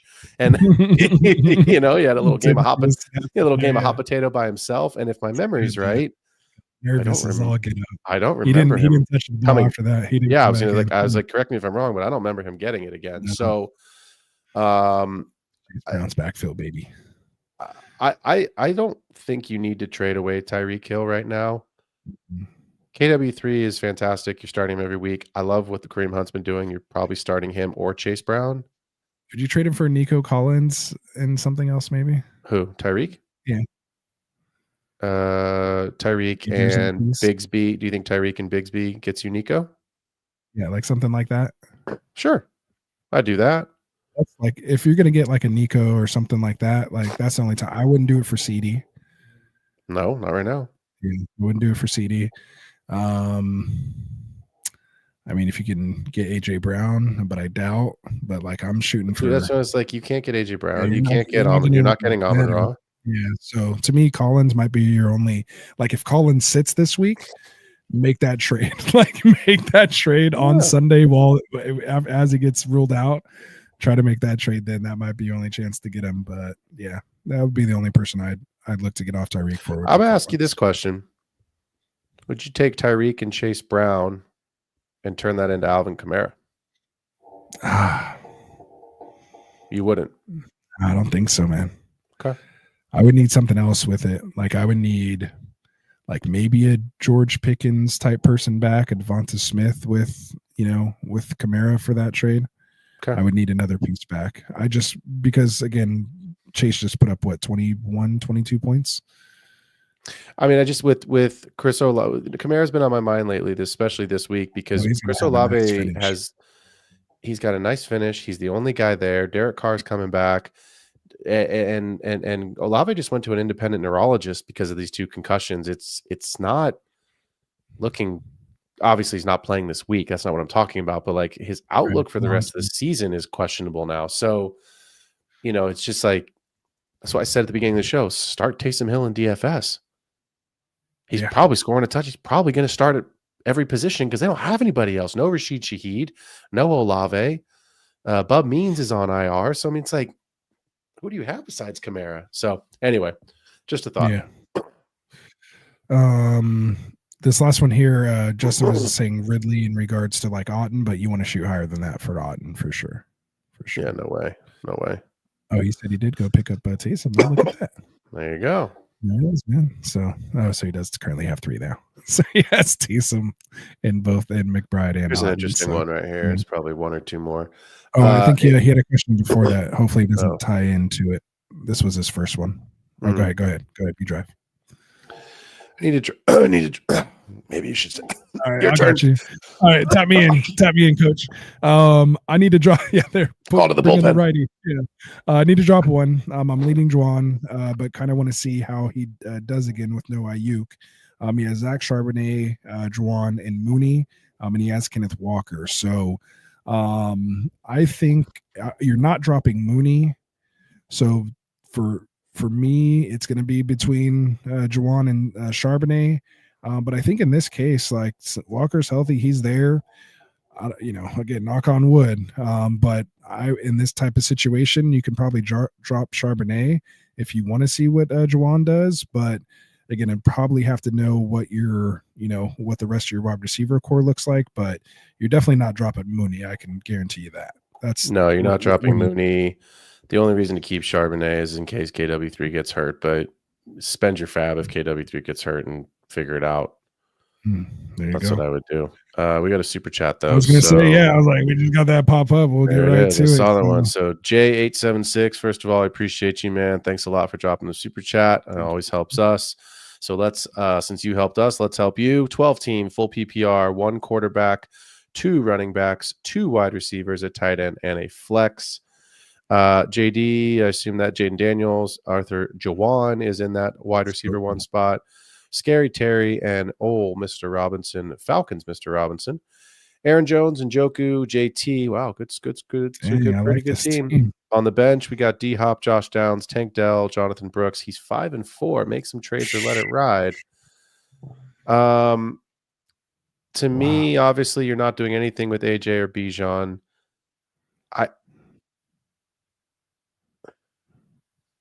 Would you try to like package Aaron Jones and Scary Terry and maybe try to go get like Saquon or something on this I don't know. But that's what we talked about earlier. I don't think you can get Saquon. Yeah, maybe not. I don't think you can. I was actually thinking can you package D-Hop and Downs for a better receiver?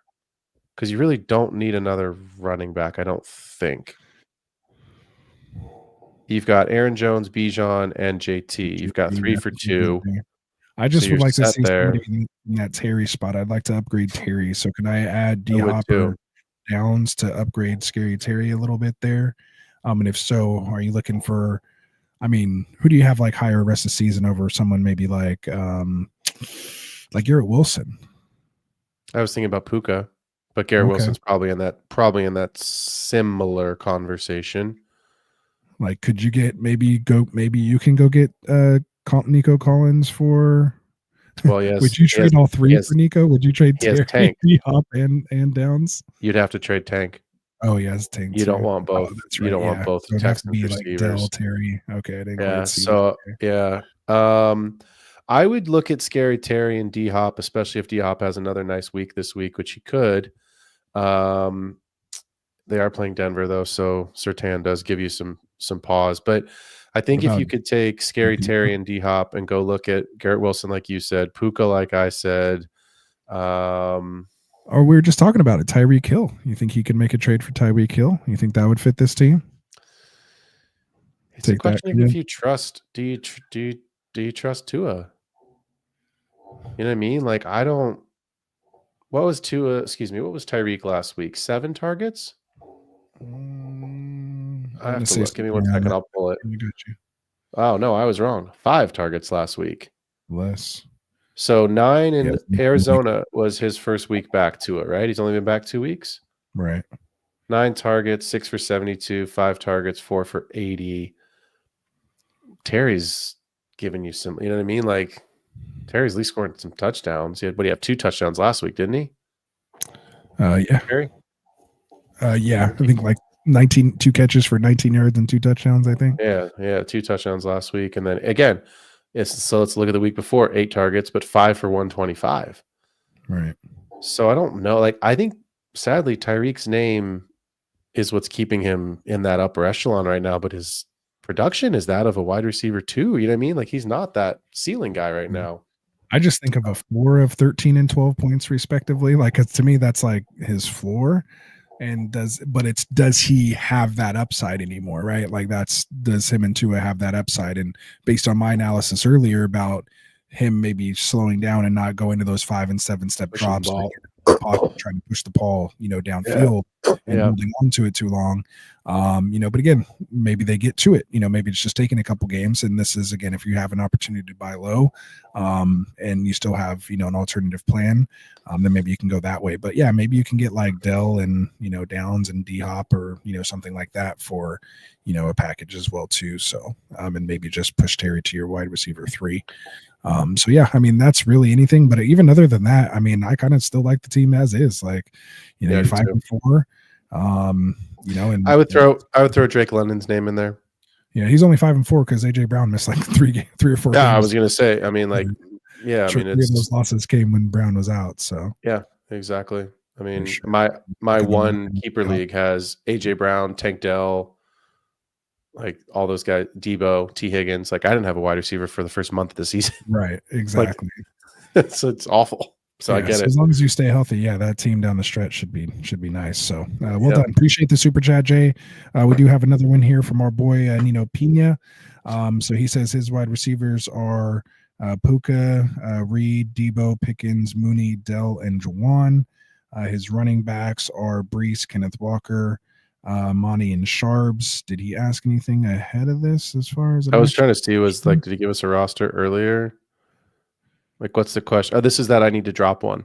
Oh, okay. Oh, that was this question. Okay. I need to drop one. That's right. And he's all right. So I need to drop one. And now what do we have? Sharp, Juwan, and Mooney with his wide receivers as Puka, Reed, Debo, Pickens. I would drop Jennings in that group. Yeah, then you can for sure drop That's Jennings and then just keep your handcuff with Charbonnet. So yeah, and you're not dropping Mooney. Yeah, exactly. For sure. You're not dropping any of those guys. I mean, obviously, as we always say, try to trade him, right? So trade him first because he has some value. But if you can do a 2-for-1 just to open up a roster spot and just get another piece without technically just giving it to somebody for free, so to speak, if you can kind of turn a spot and open it up, then yeah, I wouldn't mind doing that. But yeah, push come to shove, just go and drop Jennings. You're good. Mm-hmm. All right. What else we got here before we wrap it up? We'll do just a couple more. We have Gregory in here. And again, hopefully you guys are hitting that like and subscribe button for us, man. If you're already subscribed, that like button helps just as much, helps us with the algorithm and get out to new people. So maybe here like Gregory. So he says, how about mine, Hertz, Devonta Smith, BTJ, Bijan, Chase Brown, and Kraft? I mean, I like that. I like that. What's the question? Do we have to drop somebody? Maybe just looking at his overall team. I don't know if he asked another question up here. That's what I was kind of scrolling up to see. Well, that's a great starting roster. Yeah, I think maybe because we were kind of going over Jay's there, kind of his team and maybe what to do. I wouldn't do much. I mean, I don't know who else you have. I would try to upgrade Chase Brown to a better second running back behind Bijan, but Chase Brown's been great, so I don't even know that you need to do that. Like, you have a stack, Eagles stack. You got BTJ, who's been even with crappy Jaguars, and we'll see how it goes this week with Mac Jones, but he's still been awesome. So yeah. I don't mind it at all. Nice team. All right, so let's see. I think we skipped down. Go ahead. Just real quick. Start BTJ after Trevor Lawrence's injury, or start Jennings. I would still start BTJ. Start BTJ. Yeah, too. Yeah, volume, opportunity. Sure. Mr. Bakes a lot saying, "What up, homies? How's it going?" Let's see. Nino said, also, if Nico Collins does somehow play this week, would you bench Debo with the tag on him or Terry McLaurin? Problem is, I don't think you're going to know about Nico until after the afternoon game, the late games start, because it's Sunday Night Football. Right. I'll be honest. I think Nico's going to be a game time decision.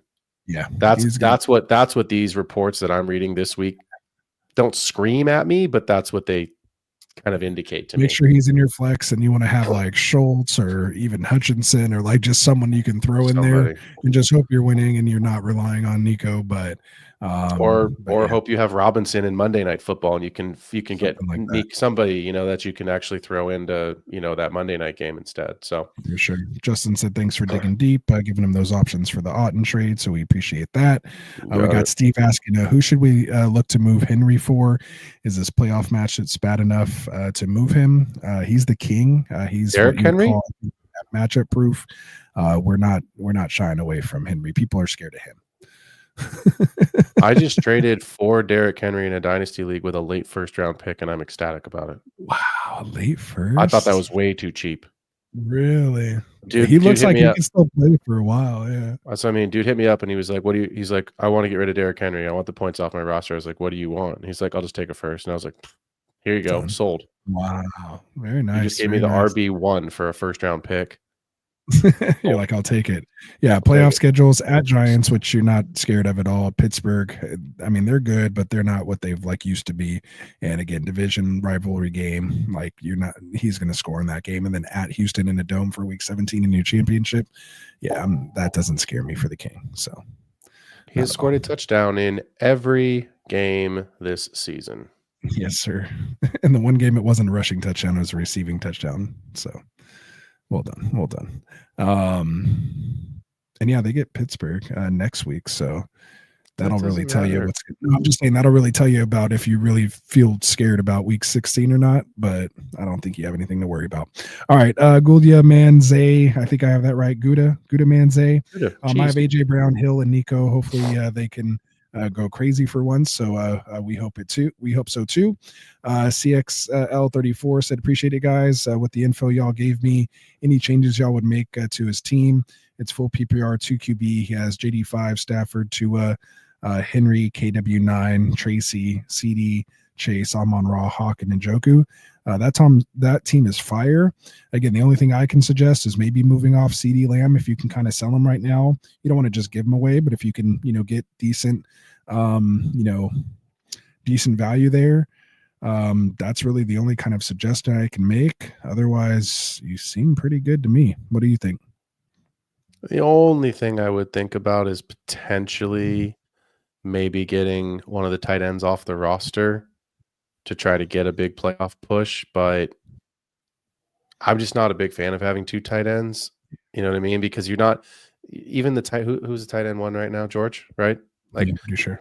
yeah. So like George's points right now. Give me 1 second. George has scored 106.5. So let me give me 1 second. I just want to see where that puts him. Yeah, he's second in full PPR right now. Yeah, and 123 or 126, 126. 126.3, right? So let's take a look at the receivers. Give me 1 second. Who is Anyway, one? the Is it point Bauer? the point I'm trying to make, Bowers is in there too, but the point I'm trying to make is like you're just not gonna get outside of like the wide receiver, the tight end one. You're just not gonna get like a wide receiver 2 comp there. And you're not getting that from Hawkinson and Njoku. So I might try to build just a little bit more depth at the running back position just in case. Right. Or like you said, if you could get CD with one of the tight ends. The problem is like, what can you really upgrade CD into? Like, no one's trading Justin Jefferson away. Collins or like it's gonna have to be someone like that. Maybe Devo plus, maybe Puka, someone like that. Maybe. Yeah. But even still, might be a long shot depending on how I'm they inclined. feel. I'll be honest, man. Other than the tight end, I'm inclined to ride it out with this group. Yeah, I mean, you got ceiling here. You have sure. you have the RB one on the season right now. You have the wide receiver one on the season right now. KW3 is what? RB4? Yeah, like 2 or 3 maybe. Yeah, like so I mean, like you've got 2 top 5 running backs, you've got 2 top 5 receivers because Amon-Ra's been on a tear lately. Was it 7 touchdowns or something lately with Amon-Ra? Like yeah. So Chase wide receiver one right now. Yeah, and leading the league in touchdowns. So yeah, good stuff. After last night. All right, exactly. Let's go. And it's an 8-man league on top of that. So yeah, you definitely need to stay. I was like, why is your team so good? Like, did everyone like fall asleep? I don't know. It's week 10 at this point. Yeah, no. At this point, man, I'm like, people have been done trades, so I don't even think about how they drafted it anymore. Freezel Fantasy. We'll do a couple more here. We're already a little bit behind, but we appreciate you guys, and of course the super chats and stuff. So we'll try to get through these as quick as we can. 10-man PPR, 2 flex spots trade. Reed and Mooney for Cup. His other wide receivers are Jamar, Amon-Ra, and Scary Terry. So would you trade Reed and Mooney to get Cup on this team to pair with Jamar, Amon-Ra, and Terry? No. Yeah, I think I'd rather have Reed. I'd rather have the depth, and I'd rather have both of those guys. I assume this is a 2 wide receiver league, so I'd rather have the extra guy for play 2 wide receivers in your flex spots with the 2 wide receivers. And if it's a 3 wide receiver league, then you're starting all 5 guys. For sure. Yeah. So yeah, I'd rather have that. Gudaman Zay says someone sent him Kamara for Garrett Wilson, Najee, and Tracy. He has Barkley. Should he accept it? I need to know who your receivers are. Yeah, that's tough. I hate giving the 3 for 1. I'd want to make sure I got something else back with Kamara. I'm not quite there. Wilson and Najee, I would do in a heartbeat. I'd probably even do Wilson and Tracy. Again, depending on who your wide receivers are, assuming Wilson probably was drafted as your wide receiver 1, you would have had to hit with some other guys late to yeah, this is too expensive. Yeah, as is. My answer is no. Yeah, exactly. All right. Robert in the house. What's up, Robert? Good to see you, my guy. Buddy. I think we got to Steve's question already there. Let's see. Robert asked, start 1 in PPR, Hunter Henry or Ferguson. I think I have Ferguson. I was going to say, I think I have Ferguson head, but something maybe hold my tongue there because I want to say I have Henry around like 11 or 12. I have Henry at 14. I have Ferguson at 11. Okay, see, I have Henry at 12 and Ferguson at 14. I have him behind Taysom. I think the Bears defense is okay. Jake Ferguson, Philly, they're probably going to be pretty close to each other this week. The one thing I will say though, just consider this, Robert. I just took a prop bet on this the other day. It was 30.5 passing attempts for Drake May. Give me 1 second. In the 4 games as a starter, 33 passing attempts, 37 passing attempts, 6 because of the concussion, and then 41. So to be fair, they're letting him throw it. Yeah.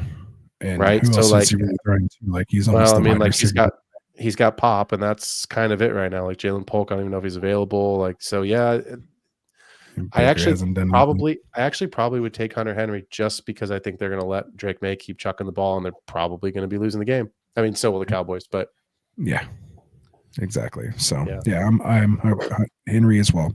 Robert said, what about Hill and Brown for Barkley? I don't know if this is Chase Brown or AJ Brown, but it would definitely not it would AJ have to be Brown. AJ Brown, If which I it's wouldn't do, and Chase if it's Chase Brown, that doesn't get done. Yeah. I mean, if you have Barkley and someone's offering you Hill and Brown, would you accept? I don't think I'm taking that. Right now, you said at the top of the show, Barkley's one of those players you're just not taking out of your team. Like it's week 10, guys. Like we're 5 weeks away from the start of the playoffs. Like you're not, unless your team is so effing loaded that you're going to win a championship without Saquon. I have a hard time seeing it. Exactly. Pitts or Taysom this week? I'm going Pitts if there's no London. I'm going Pitts if there's no London. But I think if London plays, I think Taysom might be ahead, unfortunately. I do too, just because there's nobody else there. So I think if there's a week to risk the Taysom Hill pick, it's this week. For sure. Ooh, the tight end questions are firing. Ferguson or Taysom, kind of just answered that, and I literally have them back to back. I have Hill at 13, Ferguson at 14 for me. I mean, he has Jamar Chase, so if you lose this week, then your team's gonna shit the bed. I mean, come on, you just got 50 points last night. Let's go. Yeah, you should be fine either way. Shouldn't sweat it. And again, I have them back to back, so I think you're fine either way. Better kicker rest of season, Seibert or Moody. I have no idea. Seibert is Washington, and obviously Moody's our guy. I have no idea. Yeah, I honestly can't tell you, Joe. I'm a streaming kicker guy. I think I only have like 2 out of my 18 leagues that even still play with the kicker, besides Scott Fishbowl. So other than that, or in my Scott Fishbowl clone leagues, I guess. So I guess I have like 5 of them, but I just literally swap my kickers out every week if I need to. So I'm not really worried about it. Either one's going to be fine. I have one league with a kicker, and it's Brandon Aubrey. So whatever. Let's move on. I have no idea. Yeah, you're good. I have no idea. Sounds good. I think we got to that. I think we're getting close here. Did we get to this one? Sorry, BTJ after yes, we did that one. Yeah, we did that one. Tank Down might be down. Okay, so Womprat's in here saying Tank Down might be down for the count. Start Mechie, Robert Woods, or Xavier Hutchinson. I know none of them are super great. Star Wars guy. Let's go. There you go. You didn't catch that idea. That was I did. That's a Star. I'm a big nerd, but I'm not you guys could see the real background. Here, actually, I'll show you the background in the office. But you answer the question while I'm doing this. All right. So for me, out of the 3, I'd probably go Xavier Hutchinson. But yeah, it is pretty gross either way. So what do you got? Some paraphernalia back there? Prints up there. I got a clock. I got all sorts of. Yes, nerds stick together, man. We prefer the term enthusiast, but there we go. Okay, I call myself a nerd, so that's. I'm a nerd too. It's all good. Arms distance away from my Rubik's cube. So yeah, I'm the biggest nerd out there. All right, so what else we got here? Mechie, Bobby Trees or Hutch. Yeah. Oh yeah, Bobby Trees or Hutch. Yeah, go back to it. Just I'll take Hutch. Okay. Yeah, it's tough there. Yeah, none of them are great. Bakes a lot says trying to trade Cooper Rush and Devontae Adams for Bowers and a 25 third. What are your thoughts on that? The Bowers owner has Prescott and his QB needy. I would do that in a heartbeat. I don't know if it's going to get done, but I'd do it in a heartbeat. Yeah, I mean, if you can, I think you have a hard time. Adams to get Bowers, the tight end 1 overall and redraft and a third. I think you'd have a hard time getting rid of Bowers just because your team. Put it this way, Mr. Bakes a lot. If this was my team, I would just say fuck it and pack it in for next year and figure out another quarterback situation and keep Bowers. I'm not going to give up Bowers for Cooper Rush. For sure. Or Devontae Adams. Yeah. I was thinking because he says it's quarterback needy. Right. Yeah, it's not a good enough quarterback. I'll go grab Mac Jones. He's available in Dynasty. Trust me. There you go. Taysom Hill or Kincaid? Or Njoku or Hawk, it looks like rest of season. Njoku or Hawk rest of season. Okay. Well, let's do it the other way. Start Taysom Hill or Kincaid.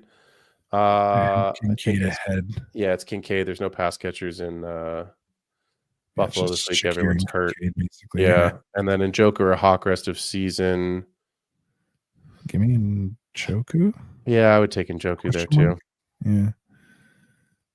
Because Hawk's still third on the pecking order there with Addison and JJ.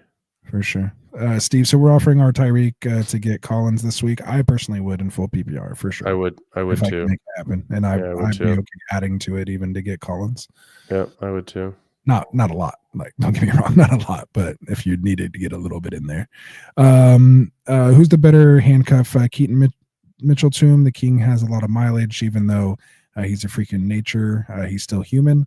I don't know if he is actually still human, but who do you like as the backup? Is it going to be Keaton Mitchell if Ken Reader go down? You think Justice Hill just kind of keeps that role? What are you thinking there? I mean, Justice Hill got 0.8 points last night. I think he had 2 yards, and I know Keaton Mitchell didn't get a ton either. I would take Mitchell because he's younger. Yeah. And he's coming off of a season last year where he looked really good that second half of the season before the injury. Yeah, I think he gets like a couple extra carries Justice Hill does, but I don't think his role changes whether Henry's there or not. No, Keaton Mitchell was a pretty good, useful player for Baltimore the second half of last season. For sure. All right, guys, we got 10 more minutes. We'll get to as many as we can. Again, if you want to make sure you get your question read, drop us a super chat. We will spend time on it. Otherwise, we'll try to run through the rest of these here. The dude says half PPR, Mostert or Bucky. It's Bucky for me. Bucky. There you go. Bout a bag. Edit says Douglas or McMillan in Dynasty. Who do you want? McMillan. I think so. Oh, sorry. McMillan right now, just because it's a better offense, it's a better team, and Chris Godwin doesn't have a contract. Yeah, and that's Mike Evans does. Chris Godwin does not. Exactly. If Drake London is somewhat limited, should he flex in Najee this week? So Najee or Drake London if he's active. If Drake London plays, you're playing Drake London. I think so too. Yeah, if they say he's good enough to go, you're gonna play. Rocky says, "Thanks, guys. We appreciate it." Gotcha. FF Season, what's up, Season? One of the OGs here, and one of our first 100 subscribers. Man, I love it when we see the OGs pop in. Says PPR London and Tracy or Jacobs and D Hop. Well, Josh Jacobs is on a bye, so you can't start Josh Jacobs. Well, maybe it's just a trade, just kind of like for. I thought it was a start sit. My bad. I was like, okay, well, I'm reading it as a trade. Yeah. Please don't start Josh Jacobs. He's not playing football. London and Tracy. Yeah, I think I'm leaning that way too. Yeah. Rocky says previous question. Sorry if we missed it, but he says Shakir for either Bucky, Rico, because I'm strong at wide receiver, AJ Brown, Neighbors, London, BTJ, Shakir, and Tillman. So would you trade Shakir for either Bucky or Rico? I would trade running backs are Monty, Chuba, B Rob, and Benson. Remember that question up above? Yeah. Oh yeah, I do. I would trade Tillman. Try to keep Shakir. Yeah. Tillman's been hot. Tillman's been hot. Yeah, I mean, I guess if you need it, it's a little bit. And that Tillman's schedule's nasty. Remember, he gets Pittsburgh, and a bunch of other. Yep. It's a nasty. And he's the darling right now. So yeah, I think if you can get it for Tillman, but if you have to settle for Shakir, then I don't mind it. And if you did, which one would you go for, Bucky or Rico for Shakir? Which guy you like better? I mean, Rico's the starter with less competition, which sucks because I think Bucky's the better. And it's in a better offense. Yeah, he's in a better offense for sure. They actually has chances to score touchdowns. But it might just be 60-yard. It might be 60-yard field goals, from Brandon Aubrey. That's all we might see in Dallas for a while. So I think that's it, man. We made it just under 2 hours, but we appreciate you guys staying that extra half hour for you here to get your questions read and answered. So make sure you're hitting that subscribe button for us, man. Make sure you're coming back and checking us out throughout the week.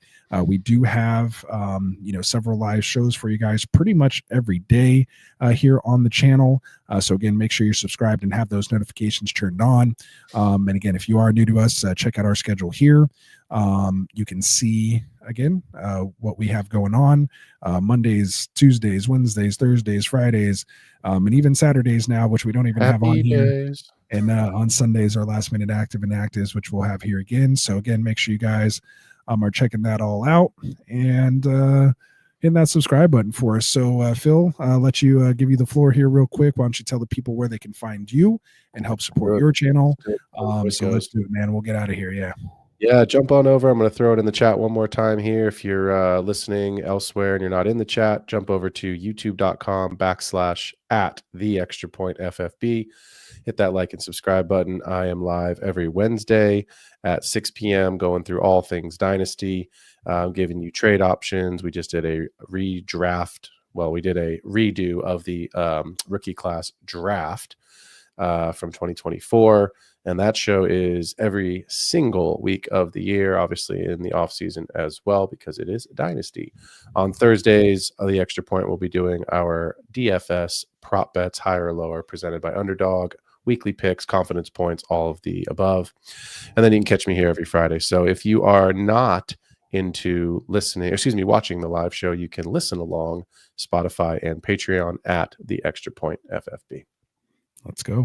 Like a true pro, my guy. So we appreciate it, man. I appreciate you, Neanderthal. Take it down, holding it down in our home league over there, man. So again, we appreciate doing this for you guys. Good luck this week in week 10. Other than that, man, I know your voice is ready to go, so we're going to cut this thing out. Again, good luck to all you guys, unless you're playing me, of course. And we'll see you back here. I will on Monday. And but Classic Mike will be here for you guys on Sunday morning. So peace out. Good luck. We'll see you soon. Wanted to white fantasy is the play. Marking nothing but I tune in every Friday. Strategies provide.